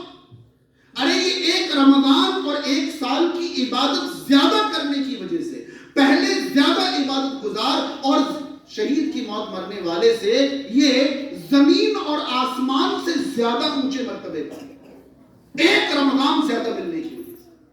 اور ہم ہر سال رمضان آتا ہے, گزر جاتا ہے, بس پکوڑیاں تلنے میں اور پکوان بنانے میں رہ جاتے ہیں. ایسا لگتا ہے جسے رمضان کھانے سے روکنے کا مہینہ نہیں ہے, بلکہ اللہ تعالیٰ کو چڑھانے کا مہینہ ہے کہ اللہ تو نے 12 گھنٹے مجھے روکا ہے نا, اگلے 12 گھنٹے میں اتنا کھاؤں گا کہ تو سوچے گا کہ روکنا اچھا تھا یا کھلا چھوڑ دینا اچھا تھا. ہاں, اللہ تعالیٰ بھی سوچتا ہوگا کہ 12 گھنٹے ان کو روکا تھا, اگلے 12 گھنٹے یہ جانور بن کے رکتا ہی نہیں, چڑھتا ہی رہتا ہے لگاتار, کھائے جا رہا ہے. اور اگر وہ کیلکولیٹ کرے نا کہ عام دنوں میں وہ کتنا وزن کنزیوم کر لیتا تھا, رمضان میں وزن بڑا ہوا ہے اور زیادہ کھا رہا ہے, تو بھائی یہ کھانے سے رکنے کا مہینہ تھا, کھانے کا مہینہ نہیں تھا, یہ تو مغفرت کا مہینہ تھا. تو آپ کو فضیلت سمجھ میں آئی, اور ایسی بے شمار فضیلتیں ہیں جس کا تعلق مغفرت سے. اب ہم اپنے خطاب کے آخری حصے میں جا رہے ہیں. ہمیں دیکھنا ہے کہ رمضان مغفرت کے لیے آتا ہے, تو رمضان میں وہ کون سے اسباب ہیں جو ہماری مغفرت کراتے ہیں, جو ہماری مغفرت کراتے ہیں. میں آپ کو بتاؤں, صحیح بخاری کھولیں اور بالکل شروعات میں ہی 3 حدیثیں، حدیث نمبر 36، 37، 38، بالکل شروع میں حدیث نمبر 36، 37، 38۔ ان 3 حدیثوں میں رمضان کے اندر 3 مغفرت کے اسباب بتائے گئے، 3 ایسے اسباب جو انسان کی مغفرت کراتے ہیں ان 3 حدیثوں میں، اور تینوں صحیح بخاری کی حدیث۔ حیرانی ہوگی کہ ان تینوں حدیثوں میں 3 عمل کے فرق کے علاوہ کسی لفظ کا بھی فرق نہیں۔ ان تینوں حدیثوں میں 3 عمل کے فرق کے علاوہ لفظ کا بھی کوئی فرق نہیں، حرف کا بھی کوئی فرق نہیں۔ من صام رمضان ایمانا و احتسابا غفر له ما تقدم من ذنبه، من قام رمضان ایمانا و احتسابا غفر له ما تقدم من ذنبه، من قام ليلة القدر ایمانا و احتسابا غفر له ما تقدم من ذنبه۔ یعنی یہ 3 حدیثیں الگ الگ، تینوں کے حروف الفاظ سیم ٹو سیم ہیں، صرف کام بدلے ہوئے، 3 کام پر مغفرت کا پروانہ سنایا گیا ہے۔ پہلی حدیث کیا ہے؟ جس نے رمضان کے روزے رکھے حالت ایمان میں اجر و ثواب کی امید کے ساتھ، اس کے گزشتہ سارے گناہ معاف۔ کیوں؟ رمضان آتا ہی مغفرت کے لیے، تو آپ کو گزشتہ سارے گناہ، میں نے پہلے کہا تھا کہ رمضان کے 2 مقاصد میں سے پہلے کا مقصد مستقبل سے ہے، دوسرے کا مقصد ماضی سے ہے۔ اب اس حدیث کو سن کر اس بات کو مضبوط کر لیں کہ اگر آپ رمضان کے روزے رکھتے ہیں تو آپ کے کون سے گناہ معاف ہوں گے؟ ماضی کے گناہ معاف ہوں گے۔ غفر لہم ما تقدم من ذنبہ، ارے پچھلے سال جو بھی آپ نے کوتاہی کی تھی ان کی مغفرت کے لیے، ان کو مٹانے کے لیے تو رمضان آتا ہے۔ تو رمضان میں مغفرت کا پہلا سامان ہے رمضان کے سیام، 2 شرط کے ساتھ۔ کتنی؟ 2 شرط کے۔ پہلی شرط ایمان کی حالت میں، بغیر ایمان کے روزہ رکھنا مغفرت کا سبب نہیں ہے۔ دوسری شرط ہے احتساب۔ یہ احتساب کئی معنی میں استعمال ہونے والا لفظ ہے، لیکن محدثین نے یہاں عام طور پر ایک ہی معنی دیا ہے، اجر و ثواب کے ارادے سے۔ جس نے حالت ایمان میں اجر و ثواب کے ارادے سے رمضان کے روزے رکھے، اس کے گزشتہ سارے گناہ معاف۔ اب اجر و ثواب کے ارادے سے میں کچھ لوگوں کا نام لیتا ہوں، بتائیے گا کہ وہ اجر و ثواب کا ارادہ رکھنے والا ہے یا کسی طرح رمضان کا بوجھ ڈھونے والا ہے۔ جیسے رمضان کا چاند نظر آتا ہے، آ گیا مہینہ اپنا کھانے کے نہ ناچنے کے، ہاں اب تو ہر چیز پہ پابندی لگ گئی، اب 1 مہینے تک تو ہم ہل بھی نہیں پائیں گے، چہرہ لٹک گیا، اندر سے وہ مایوس ہو گیا کہ اب ہماری آزادی چھن گئی، اب تو ہم قید ہو گئے، اب تو ہمارے اوپر پابندیاں لگ گئی۔ یہ بتائیے اس طرح کے لوگ معاشرے میں رہتے ہیں تو روزے بھی رکھیں گے، لیکن کیا ان کے روزے مغفرت کا سبب بن سکتے ہیں؟ نہیں، کیونکہ احتساب نہیں ہے ان کے روزے۔ اور سیام قابل مغفرت جب ہے جب سیام کے اندر ایمان کے ساتھ احتساب کا جذبہ موجود ہو، انہی کے روزے مغفرت کا سبب بنیں گے جو روزہ آنے سے پہلے، رمضان آنے سے پہلے کھل جائے، خوش ہو جائے اور یہ سمجھے کہ اللہ تعالیٰ نے مجھے ایک اور موقع دیا اپنے گناہوں کی مغفرت کرانے کا، اللہ کا کرم ہے، اللہ رب العالمین کا بہت بڑا احسان۔ بات سمجھ میں آ رہی ہے؟ تو روزہ اگر ہم خوشی خوشی نہیں رکھیں گے تو ہمارے روزے مغفرت کا سبب کیسے بنے گے؟ بعض اسلاف، ہمارے اسلاف میں سے بعض کے بارے میں واضح طور پر یہ تاریخ ہمیں ملتی ہے کہ بعض اسلاف ہمارے ایسے تھے جو 6 مہینے رمضان ملنے کی دعا کرتے تھے۔ 6 مہینے رمضان ملنے کی، 6 مہینے دعا کرتے تھے کہ اے اللہ مجھے رمضان نصیب کرا دے، اللہم بلغنا رمضان۔ 6 مہینے کیا کرتے؟ دعا کرتے تھے۔ پھر رمضان کا مہینہ عبادت کرتے اور اگلے 5 مہینے اس عبادت کی قبولیت کی دعا کرتے۔ آئی بات سمجھ میں؟ 6 مہینہ رمضان ملنے کی دعا، 1 مہینہ رمضان میں جم کر عبادت، پھر اگلے 5 مہینے ان عبادات کی قبولیت کی دعا، یعنی ان کی زندگی کبھی رمضان کے تصور کے بنا گزرتی نہیں تھی۔ 11 مہینے میں بھی ان کے ذہن میں رمضان سوار ہے۔ پہلے تو یہ سوال ہے کہ ملے یا نہیں ملے، اور جب مل گیا تو یہ سوال ہے جو ہم نے کیا وہ قبول ہوا یا نہیں ہوا۔ رمضان کی فکر سے وہ علیحدہ ہی نہیں ہوتے تھے۔ آ رہی بات سمجھ میں؟ تو رمضان کے روزے مغفرت کا سبب ہیں جب ہم ایمان اور احتساب کے ساتھ رکھیں۔ ساتھ ہی اگر رمضان کے روزے رسول کریم صلی اللہ علیہ وسلم کی تعلیم کے مطابق رکھے جائیں تبھی تو یہ روزے مغفرت کا سبب بنیں گے نا.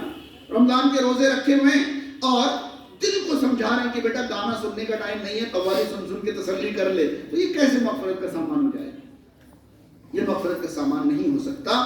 تو کل ملا کر یہ مغفرت کا سامان جب ہے جب ان شرائط کے ساتھ روزے رکھے. اگلا جو سبب ہے مغفرت کا, دوسری حدیث, من قام رمضان ایمان و احتسابا, جس نے رمضان کا قیام کیا انہی دونوں شرائط کے ساتھ. میں نے کیا کہا تھا؟ صرف کام بدلے ہوئے ان حدیثوں میں, باقی کوئی لفظ بدلا ہوا نہیں ہے. جس نے رمضان کا قیام کیا ایمان اور احتساب کے ساتھ, اس کے گزشتہ سارے گناہ, پھر ما تقدم من ذنب, جو گزشتہ اس کے گناہ ہیں وہ سارے معاف ہو جائیں. یعنی مغفرت کا دوسرا سبب جو ہے وہ قیام رمضان ہے. قیام رمضان کے بارے میں 2-3 غلط فہمیاں دور کر لیں. پہلی غلط فہمی یہ کہ ہمارے معاشرے میں یہ پھیلا ہوا ہے کہ رمضان میں تراویح میں ہمیں ایک قرآن سننا ہے, چاہے وہ قرآن 1 رات میں سن لیں, 3 رات میں سن لیں, 5 یا 7 راتوں میں, 10 یا 15 راتوں میں یا 20 راتوں میں سن لیں, ہمیں رمضان میں تراویح میں ایک قرآن سننا ہے. اللہ کے نبی صلی اللہ علیہ وسلم نے ایسا کوئی حکم امت کو نہیں دیا ہے. بلکہ جو مغفرت کا سبب ہے وہ یہ ہے کہ جس نے رمضان کا قیام کیا, اور رمضان جو ہے پہلی سے آخری تاریخ کو کہتے ہیں, کچھ تاریخ کو رمضان نہیں کہتے. بھائی رمضان کے روزے فرض ہیں تو پہلی سے کتنی تاریخ کے روزے فرض ہیں؟ آخری تاریخ تک کے. اسی طرح قیام رمضان مغفرت کا سبب ہے. یاد رہے قیام رمضان فرض نہیں ہے, لیکن مغفرت کا اتنا ہی سبب ہے جتنا صیام سبب. بات سمجھ رہے ہیں؟ تو قیام رمضان کا مطلب پہلی سے آخری تاریخ تک قیام کرنا ہے. ایک رات یعلمون تعلمون کر کے قرآن سن لینے کا نام قیام رمضان نہیں ہے. ہاں اس نے 1 رات قیام کیا ہے, 1 رات کا ثواب اگر اس کا عمل قبول ہوا تو انشاءاللہ مل جائے گا. لیکن قیام رمضان جو مغفرت کا سبب ہے اس سے تو محروم ہی رہ گئے. 3 رات قیام کر لیا, پورا قرآن سن لیا, 3 رات قیام کا ثواب مل جائے گا, لیکن یہ مغفرت کا سامان نہیں ہوگا. مغفرت کا سبب تو جب ہے نا جب پہلی سے آخری تاریخ تک وہ قیام کرے. پہلی بات یہ سمجھ میں آ گئی. دوسری بات یہ کہ ہمارے معاشرے میں یہ بڑا پھیلا ہوا ہے کہ یا تو قرآن سے تراویح ہوگی یا تو علم ترا سے ہوگی. پتہ نہیں, یا تو انسان 40 سال کا ادھیڑ ہوگا یا تو دودھ پیتا بچہ ہوگا, بیچ میں تو کوئی ہو ہی نہیں سکتا. یہ پتہ نہیں کس نے پھیلایا اور کیوں پھیلایا. اگر کہیں قرآن سے تراویح نہیں ہو پا رہی ہے, حافظ کا انتظام نہیں ہے, مکمل قرآن کی تلاوت نہیں ہو رہی ہے, تب بھی جو بھی قیام اللیل کرائیں ان کو قرآن میں جہاں جہاں سے یاد ہو وہاں سے تلاوت کر کے لمبی رکعتیں پڑھنے کا اہتمام اور انتظام کر سکتے ہیں. علم ترا والا کوئی کانسیپٹ شریعت میں نہیں ہے. شریعت میں کوئی ایک دلیل بھی ایسی نہیں ہے کہ آپ کو قیام اللیل علم ترا سے کرنا ہے, بلکہ علم ترا سے قیام اللیل شریعت کے مزاج کے خلاف ہے. شریعت کے مزاج کے خلاف ہے, کیونکہ قیام اللیل جو ہے یہ لمبا قیام چاہتا ہے اور علم ترا سے قیام کرنے والے لمبے قیام سے محروم رہتے ہیں. تو یہ قیام اللیل کے مزاج کے ہی خلاف. بات سمجھ میں آئی؟ یہاں تک کہ اگر کوئی خاتون تنہا اپنے گھر میں تراویح کی نماز پڑھ رہی ہیں, قیام اللیل کر رہی ہیں, اور انہیں قرآن کی صورتیں نہیں یاد ہیں, تو وہ بھی سن لیں کہ وہ ایک سورت جو انہیں یاد ہے اسے 1000 بار پڑھیں اور اپنا قیام لمبا کریں. کوئی ضرورت نہیں ہے کہ بہت ساری صورتیں یا لمبی لمبی تلاوتیں وہ کریں, بالکل ضروری نہیں ہے. جو بھی یاد ہے بار بار پڑھتے ہیں, اتنا لمبا قیام کریں, اتنا لمبا قیام کریں کہ انہیں محسوس ہو کہ ہاں کچھ کیا ہے. کم سے کم پیروں میں کچھ تو احساس ہونا چاہیے کہ ہاں کچھ کر رہے ہیں. بار بار ایک ہی صورت کو ریپیٹ کرتے رہیں, دہراتے رہیں اور اپنا قیام کریں. یہ 2 غلط فہمیاں آ گئی. پہلی غلط فہمی, بعد رمضان کا قیام جو ہے مغفرت کا سامان نہیں ہے, اجر و ثواب کا کام ہے لیکن مغفرت کا سبب نہیں. اور دوسری چیز, قیام رمضان میں لمبی تلاوت ہونا یہ قیام رمضان کا مزاج ہے, یہ آپ صلی اللہ علیہ وسلم کی تعلیمات کا حصہ ہے. علم ترا والا کوئی کنسپٹ اسلام میں نہیں ہے. اب تیسری اور آخری بات اس بارے میں جو کہ بہت اہم بھی ہے اور سینسٹیو بھی ہے, وہ یہ کہ قیام رمضان کتنی رکعت ہونی چاہیے. بھائی جیسی رمضان کا موقع آتا ہے یہ والا جن باہر نکل کے آ جاتا ہے کہ 8 رکعت پڑھیں یا 20 رکعت پڑھیں. ہر بار یہ ہوتا ہے ضرور ہے, اور سارے لوگ کنفیوز رہتے ہیں 8 پڑھیں یا 20 پڑھیں. اس میں ظاہر سی بات ہے کہ 8-20 کا اختلاف ہزاروں سالوں سے چلا آ رہا ہے، تو میں اس پر کچھ بھی بول کر اس اختلاف کو نہ ہی ہوا دینا چاہتا ہوں، نہ ہی میں اس طرف آپ کو لے جانا چاہتا ہوں، بلکہ میں اس اختلاف سے اتر بالکل ایک الگ چیز آپ کے ذہن میں ڈالنا چاہتا ہوں، تاکہ کچھ حد تک آپ کو اس اختلاف کی نوعیت اور اس سے باہر نکلنے کا حل سمجھ میں آ جائے۔ آپ میری ان باتوں پر غور کریں۔ سب سے پہلے یہ بتائیں کہ قیام اللیل جو ہے، یعنی رمضان میں عشاء کی نماز کے بعد فجر کی اذان سے پہلے تک جو بھی ہم رکعتیں پڑھتے ہیں ان کو قیام اللیل کہتے ہیں، قیام رمضان کہہ سکتے ہیں، تراویح کہہ سکتے ہیں، یا جو بھی آپ کہنا چاہیں وہ کہہ سکتے ہیں۔ یہ رات کی نماز ہے رمضان۔ ہمارے علماء بھی موجود ہیں اور آپ سب بھی ہیں۔ یہ بتائیں کہ رمضان میں قیام جو ہم کرتے ہیں اس میں شریعت کی تعلیمات کی روشنی میں رکعات کی گنتی امپورٹنٹ ہے یا رکعات کی ادائیگی کا طریقہ، کیفیت، یعنی تعداد اہم ہے یا کیفیت اہم ہے؟ یہ آپ کے سامنے ایک سوال ہے، جو بھی آپ کو لگتا ہو آپ کو جواب۔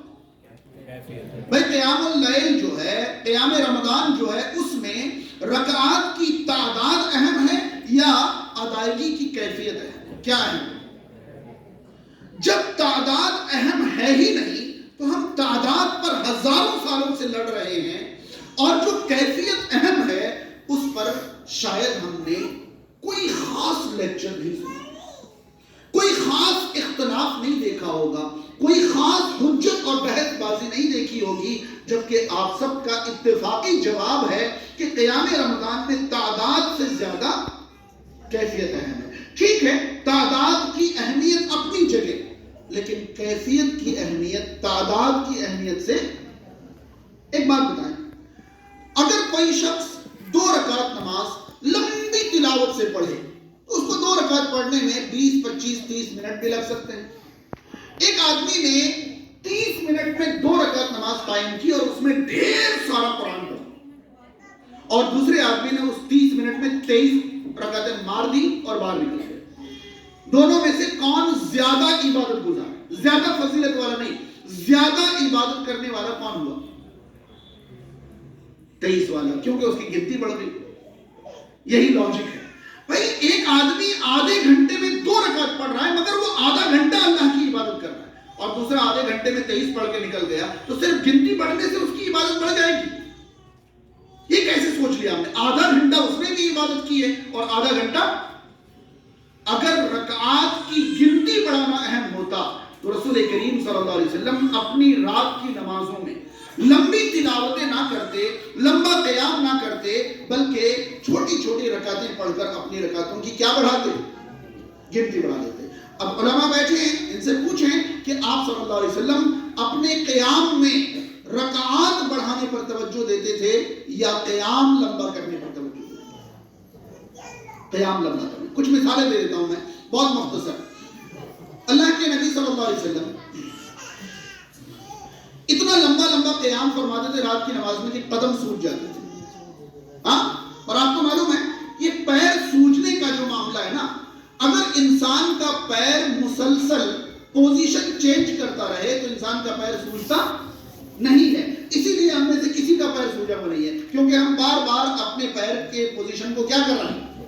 بدل رہے ہیں۔ اگر پوزیشن بدلنے پر بھی قدم پھولے ہوئے سوج جاتے تو ہم سب کے قدم کیا ہوتے؟ سوجے ہوئے ہوتے۔ ظاہر سی بات ہے بھائی، پوزیشن بدلنے پر بھی اگر سوج جاتے تو پھر ہمارے قدم سوجنے سے بچتے کیسے؟ سب کے سوجے ہوئے ہوتے، لیکن کسی کے سوجے ہوئے نہیں ہیں۔ قدم سوجتے جب انسان ایک پوزیشن میں بہت دیر تک پیروں پر وزن دے کر کھڑا ہے۔ اگر وہ لیٹا ہے ایک پوزیشن میں تو پیر سوجتے نہیں، سن ہو جاتے ہیں، رگیں دب جاتی ہیں، سن ہو جاتے ہیں۔ لیکن اگر پیروں پر وزن دے کر انسان بہت دیر تک کھڑا ہے تو انسان کے قدم کیا ہو جاتے ہیں؟ سوج جاتے ہیں۔ اور نبی کریم صلی اللہ علیہ وسلم قیام کرتے تھے تو آپ کے قدم مبارک سوج جاتے تھے۔ اس کا مطلب آپ رکعات کی گنتی نہیں بڑھاتے تھے، بلکہ آپ قیام لمبا کرتے تھے۔ آئی بات سمجھ میں؟ ایک اور چیز، رسول کریم صلی اللہ علیہ وسلم راتوں کا قیام کرتے تھے، اس کی ایک جھلک دیکھنے کے لیے ایک صحابی کو ہم نمونے کے طور پر رکھ سکتے ہیں، عبداللہ ابن عباس رضی اللہ تعالیٰ۔ عبداللہ ابن عباس رضی اللہ تعالیٰ عنہ فرماتے ہیں کہ ایک رات میں اپنی خالہ میمونہ کے یہاں ٹھہر گیا۔ میمونہ رضی اللہ تعالیٰ عنہ آپ صلی اللہ علیہ وسلم کی زوجہ مطہرہ تھی اور ابن عباس رضی اللہ تعالیٰ عنہ کی خالہ تھی. وہ کہتے ہیں میں چھوٹا سا بچہ تھا, خالہ کے یہاں رک گیا. رات کو رسول کریم صلی اللہ علیہ وسلم قیام اللیل کے لیے اٹھے. میں نے کہا لاؤ میں بھی موقع مار لوں, آپ صلی اللہ علیہ وسلم کے ساتھ ان کے ساتھ قیام کر لوں. تو میں بھی جھٹ پٹ وضو کر کے آپ صلی اللہ علیہ وسلم کے ساتھ جا کر الٹی طرف کھڑا ہو گیا. آپ صلی اللہ علیہ وسلم نے میرے کان پکڑے اور مجھے سیدھا کر لیا, کھڑے ہو گئے.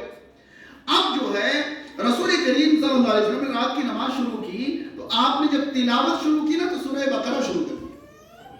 عبداللہ ابن عباس چھوٹے سے بچے, وہ اتنا تو جانتے تھے کہ نبی کریم صلی اللہ علیہ وسلم جو سورت شروع کرتے تھے وہ بیچ میں نہیں چھوڑتے تھے, وہ مکمل پڑھتے تھے. اب وہ سمجھ گئے کہ 2.5 پارے کے لیے تو ہم گئے, اس سے پہلے تو رکوع نہیں ہونے والا.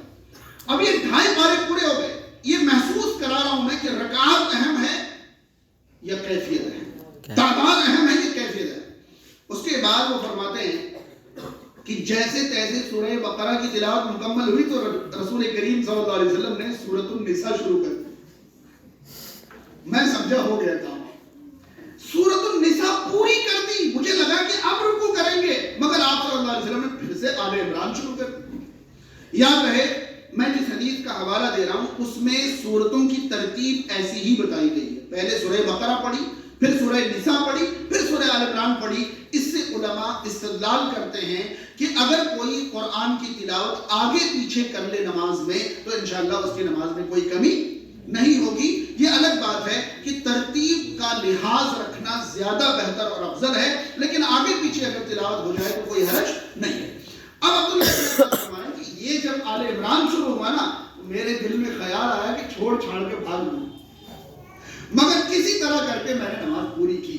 اب مجھے بتائیے کہ ایک رات کی نماز انہوں نے دیکھی تو یہ کیفیت پائی کہ ایک ہی رکعت میں سورہ بقرہ, سورہ آل عمران اور سورہ نساء تقریباً کتنے پارے, 5 پارے سے زیادہ ایک رکعت میں, 5 پارے ایک رکعت میں. اس کے بعد نبی کریم صلی اللہ علیہ وسلم نے کتنی رکعت پڑھی ہوگی ہمیں نہیں معلوم, لیکن اندازہ لگائیں کہ ایک ایک رکعت کی کیفیت کیا ہوگی.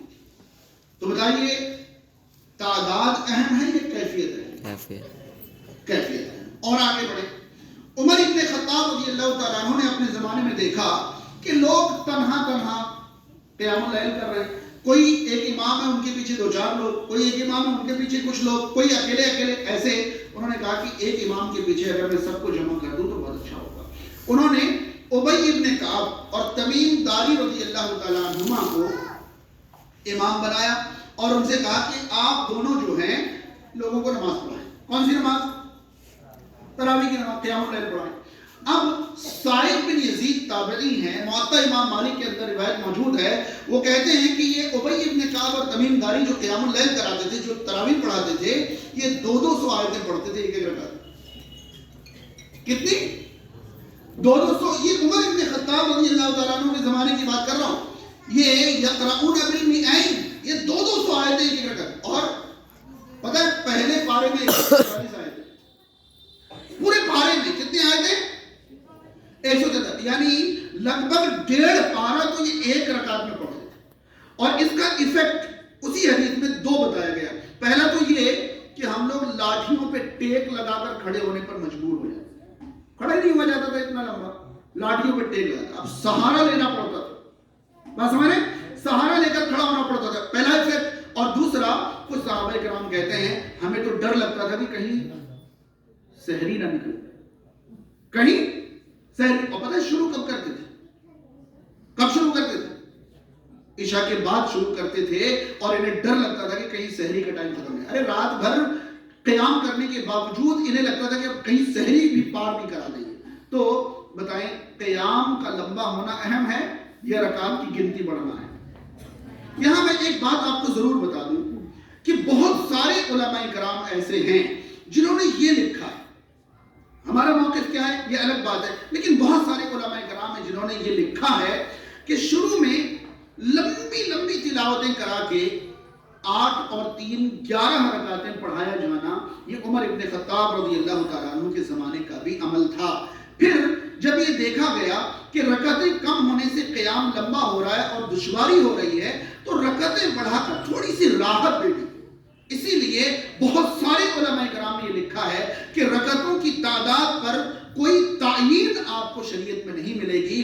کچھ اسلاف جو ہیں 20 بھی پڑھتے تھے, کچھ 30 پڑھتے تھے, کچھ 40 پڑھتے تھے, کچھ 50 پڑھتے تھے. 56 رکعت تک کی دلیل ہمیں مل جاتی ہے. امام محمد ابن نصر المروزی رحمہ اللہ نے ایک کتاب لکھی جس کا نام ہی قیام رمضان, قیام اللیل للمروزی کر کے ایک کتاب ہے. اس میں انہوں نے جمع, کوئی 33 رکعتیں پڑھ رہے ہیں, کوئی 36 رکعت پڑھ رہے ہیں, کوئی 39 رکعت پڑھ رہے ہیں, کوئی 42. دراصل ان کا مقصد تعداد کتنا ہوتا ہی نہیں تھا, ان کا مقصد ہوتا تھا کہ ہم کتنی دیر اللہ کی عبادت کر پا رہے ہیں. ہم دو ہی صورتیں, یا تو آپ لمبی لمبی تلاوت کریں تو کم تعداد میں زیادہ دیر عبادت کر لیں گے, یا پھر آپ زیادہ رکعتیں پڑھ کر زیادہ دیر اللہ کی عبادت کریں. دونوں صورتوں میں ان کا مقصد جو ہوتا تھا وہ یہ کہ ہم کتنی دیر اللہ کی عبادت کر سکتے ہیں, ہماری گنتی کہاں پہنچ رہی ہے, یہ ان کا مقصد ہوتا ہی نہیں تھا. اب الٹا ہے ہمارے معاشرے میں. دیکھیں, ہم لوگ ڈھونڈتے ہیں کہ وہ کون سی مسجد ہے جو 15 منٹ میں 23 رکعت پڑھا کر باہر پھینکتے. ظاہر سی بات ہے, یہی کہا جاتا ہے کہ وہاں جاؤ, وہ لوگ 20 منٹ میں باہر پھینک دیتے ہیں باقاعدہ. اور اسی چکر میں ہم رمضان کے اماموں کا نام رکھتے ہیں. کسی کو بلٹ حافظ جی کہتے ہیں, کسی کو راکٹ حافظ جی کہتے ہیں, ہاں کوئی ریل حافظ جی ہوتا ہے. کیوں؟ ظاہر سی بات ہے وہ رمضان میں نمازوں کا حلیہ جو بگاڑ, رفتار پر جو ہم ان کی بات کر رہے ہیں. اور پھر اس میں بھی تو رہے امتیاز یہ کہ اس حالت کے باوجود لوگ امام کے ساتھ رکعت پڑھتے نہیں ہیں, پیچھے بیٹھے بیٹھے ان کی تلاوت سن رہے ہوتے ہیں, یا بات کر رہے ہوتے ہیں, یا اپنے کاموں میں لگے ہوتے ہیں. اور جیسے امام رکوع میں جاتا ہے, چھوٹتی ہوئی ٹرین کو پکڑنے کی طرح پھڑ پھڑ جا کر رکعت میں شامل ہوتے ہیں. اور یہ والا قیام جو ہے ہماری مغفرت کرا دے. ہاں, ایسا والا قیام رمضان جو ہے, ہم اس سے کیا چاہتے ہیں؟ مغفرت چاہتے ہیں. تو اپنے دل سے پوچھئے کہ کیا یہی قیام مغفرت کے لیے کافی ہے؟ نہیں کافی ہے. اس بار آپ یہ کریں کہ رکعتیں کتنی ہو رہی ہیں آپ بھول جائیں. ایک بار پورے شہر میں سروے کریں کہ کہاں سب سے لمبی تراویح ہو رہی ہے, سب سے زیادہ ٹائم کون سی مسجد میں لگ رہا ہے, اور جہاں آپ کو لگے کہ یہاں 2 گھنٹے میں تراویح پوری ہو رہی ہے, اگر مغفرت چاہیے وہاں جانے کو پریفر کریں. نہیں جا پا رہے وہاں تو 1.5 گھنٹے والی تلاش کریں, 1 گھنٹے والی تلاش کریں. یہ 15 منٹ 20 منٹ والی کے چکر میں نہ رہیں. رمضان آپ کو کچھ نہیں دے کر جائے گا اگر آپ اپنے قیام سے مغفرت کا انتظام نہیں کرا سکیں. بات سمجھ میں آ رہی ہے؟ ہمیں تلاش کرنا چاہیے کہ کہاں زیادہ دیر تک قیام کرایا جاتا ہے. آخری چیز اس خطاب کی, رمضان میں مغفرت کا تیسرا سبب جو ہے وہ قیام لیلۃ القدر. میں نے پہلے ہی کہا تھا 3 حدیثیں لفظ بلفظ سے ہیں. من قام لیلۃ القدر ایمانا و احتسابا غفر له ما تقدم من ذنبه. جو شخص لیلۃ القدر کا قیام کرے انہی دونوں شرطوں کے ساتھ, ایمان اور اجر و ثواب کی امید کے ساتھ, اس کے بھی گزشتہ گناہ کیا کر لیے جائیں. تو کتنے اسباب ہو گئے مغفرت کے؟ 3 اسباب ہو گئے. پہلا صیام رمضان, دوسرا قیام رمضان, اور تیسرا قیام لیلۃ القدر. ابھی لیلۃ القدر جو ہے اس کو ہم معاشرے میں کئی ناموں سے جانتے ہیں. کوئی بڑی رات کہتا ہے, کوئی جاگنے کی رات کہتا ہے, کوئی شب قدر کہتا ہے, کوئی لیلۃ القدر کہتا ہے. یہ سارے نام کوئی حرج نہیں, کہے جا سکتے ہیں, کیونکہ ہمیں صرف ایک رات کی تعیین ہی تو کرنی ہے. مگر یہ راتیں کب ہیں, کتنی ہیں, اس بارے میں الگ الگ خیال پائے جاتے ہیں. یاد رہے, صحیح ترین احادیث کو لیلۃ القدر کی تعیین کے بارے میں جمع کرنے کے بعد میں ایک خلاصہ آپ تک پہنچانا چاہوں گا. لگ بھگ 67-68 حدیثیں صحیح سند کے ساتھ لیلۃ القدر کی تعیین کے بارے میں موجود ہیں, اور ان تمام حدیثوں کا خلاصہ جو ہے وہ یہ ہے. کیا ہے؟ اس سے پہلے میں اپنی بات بتا دوں جو ہم لوگ آج تک سمجھتے تھے. بچپن سے ہمیں کہا گیا تھا کہ ایک بڑی رات ہوتی ہے جاگنے کی, اور اس رات میں ہم کیا کرتے تھے؟ سڑکوں میں گھومتے تھے, ہاں, پٹاخے چھوڑتے تھے, اور کسی طرح رات بھر سوتے رہتے, بس جاگنے کی رات. اس کے بعد نئے نئے مولانا آئے, انہوں نے کہا کہ یہ راتیں ایک نہیں کتنی ہیں, 5 ہیں، 5 راتیں لیلۃ القدر جو ہے 5 راتوں میں تلاش کرنی ہے. رمضان کے آخری عشرے کی 5 بے جوڑ راتوں میں لیلۃ القدر تلاش کرو. لیکن اب ہمیں لگتا ہے کہ لوگ اس سے آگے بڑھ چکے ہیں. انشاءاللہ الحمدللہ لوگوں نے رمضان کی قدر کرنا شروع کر دیا ہے. تو اب آخری پتہ پھینکنے کا موقع آ گیا ہے. دراصل لیلۃ القدر کی تلاش 5 راتوں میں نہیں بلکہ 10 راتوں میں کرنی ہے. کتنی؟ 10 راتوں میں کرنی ہے. یاد رہے کہ لیلۃ القدر رمضان کے آخری عشرے کی کسی بھی رات میں ہو سکتی ہے. کم امکان کسی بھی رات میں، 10 راتوں میں سے کسی بھی رات میں لیلۃ القدر ہو سکتی ہے. اس کے چانسز کم ہیں. 5 بے جوڑ راتوں میں ہو سکتی ہے، اس کے چانس تھوڑے سے زیادہ. اور آخر کی راتوں میں ہو سکتی ہے، اس کے چانسز اور زیادہ ہے.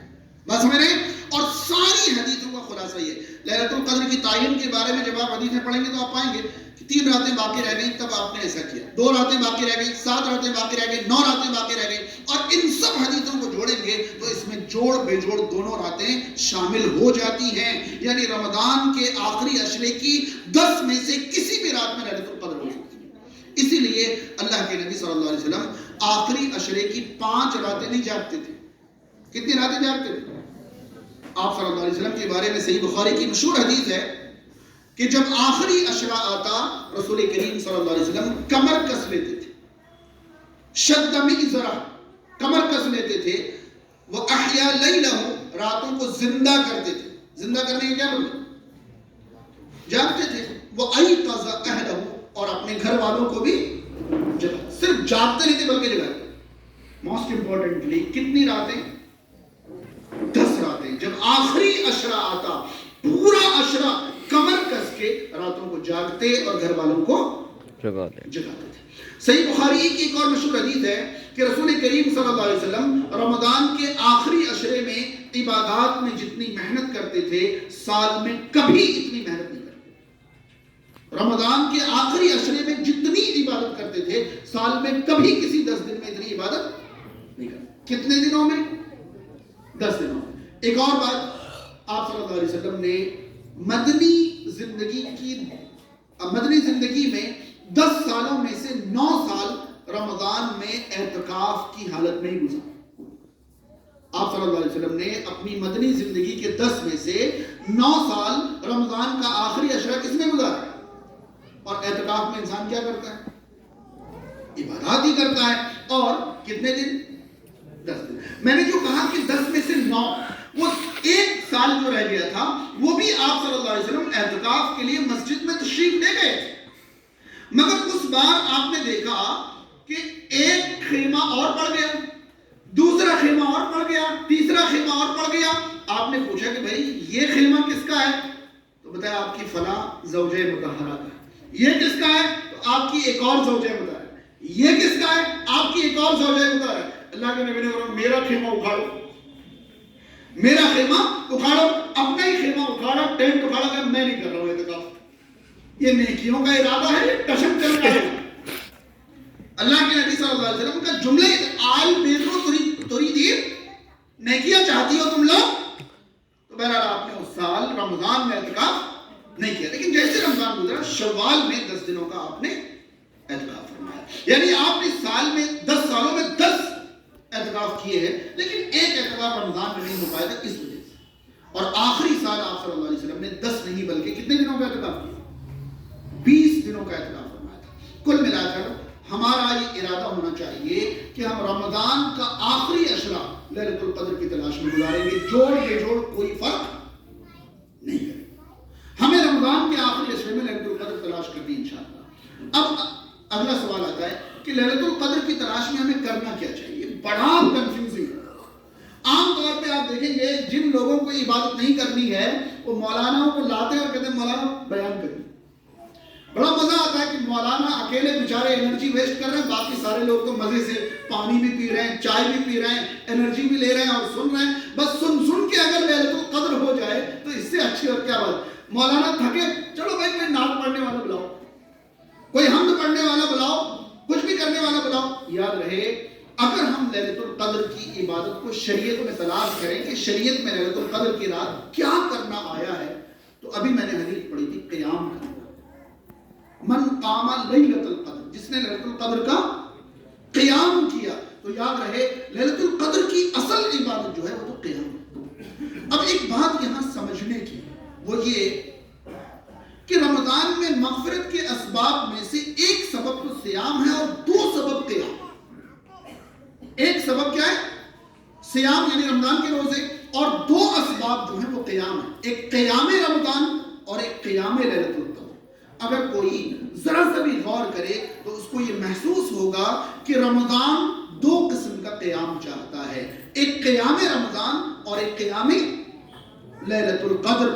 الحمدللہ اسی لیے ہماری تمام مساجد میں ہر سال رمضان کے آخری عشرے میں قیام رمضان کے علاوہ، جو عشاء کے بعد قیام رمضان چل رہا ہے، جو تراویح چل رہی، اس کے علاوہ ہماری مساجد میں آخری رات میں قیام لیلۃ القدر کا الگ سے انتظام ہوتا ہے. اور یہ چیز آپ نے حرمین کے اندر بھی دیکھی ہوگی. مکہ اور مدینہ میں آپ نے دیکھا ہوگا کہ وہاں آخری عشرے میں آخری رات میں ایک قیام بڑھ جاتا ہے. آخری عشرے کی آخری راتوں میں تہائی رات کے بعد 10 اور 3 13 رکعتیں الگ سے وہ پڑھاتے ہیں عشاء کے بعد جو تراویح کی نماز چل رہی ہوتی ہے اس کے علاوہ. وہ تو قیام رمضان ہے، چل رہا ہے، اور یہ قیام لیلۃ القدر ہے. تو یہ چند چیزیں تھیں. ایک اور آخری بات بتا دوں، رمضان تربیت اور مغفرت کے لیے آتا ہے. اگر رمضان میں بھی کوئی کمی رہ جائے، ظاہر سی بات ہے آگے کے لیے ٹریننگ لینا چاہیے تھا اور پیچھے کے گناہوں کو معاف کرانا چاہیے تھا، لیکن کیسے؟ رمضان میں جو چیزیں ہم پر لازم ہوتی ہیں، صیام، قیام، لیلۃ القدر، انہی چیزوں کے ذریعے نا، اگر ان میں بھی کوئی کوتاہی رہ گئی تو رسول کریم صلی اللہ علیہ وسلم نے ایک اور شاندار آپشن دے رکھا ہے کہ رمضان نکلتے نکلتے، جب رمضان ختم ہو جائے، عید ہونے والی ہو، تو صدقہ فطر اچھی طرح ادا کر دو. اس سے روزے میں جو کمی رہ گئی ہوگی وہ دھل.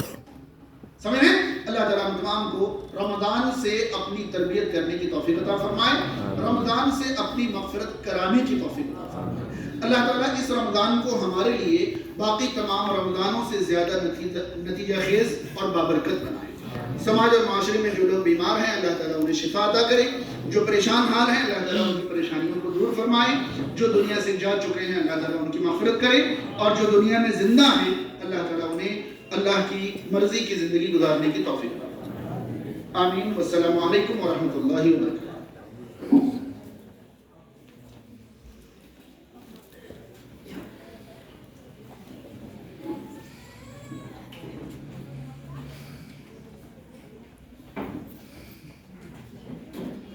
جزاکم اللہ خیرن و احسن الجزا. ابھی بہت اہم پیغام آپ کے سامنے آیا رمضان سے متعلق، اور بہت سی چیزیں شیخ صاحب نے آپ کے سامنے رکھ دی. اب میں کوشچن آنسر سیشن کی طرف چلتا ہوں. یہ مائک ہے، پہلے دیکھیے 5 سوال فیمیل سے ہوں گے اور 5 سوال ہمارے بھائیوں سے ہوں گے. تو ہماری بچیاں، ہماری بہنیں وہ اپنا سوال تیار رکھیں. میں یہاں سے مائک بھیج رہا ہوں، وہ سوال کریں اور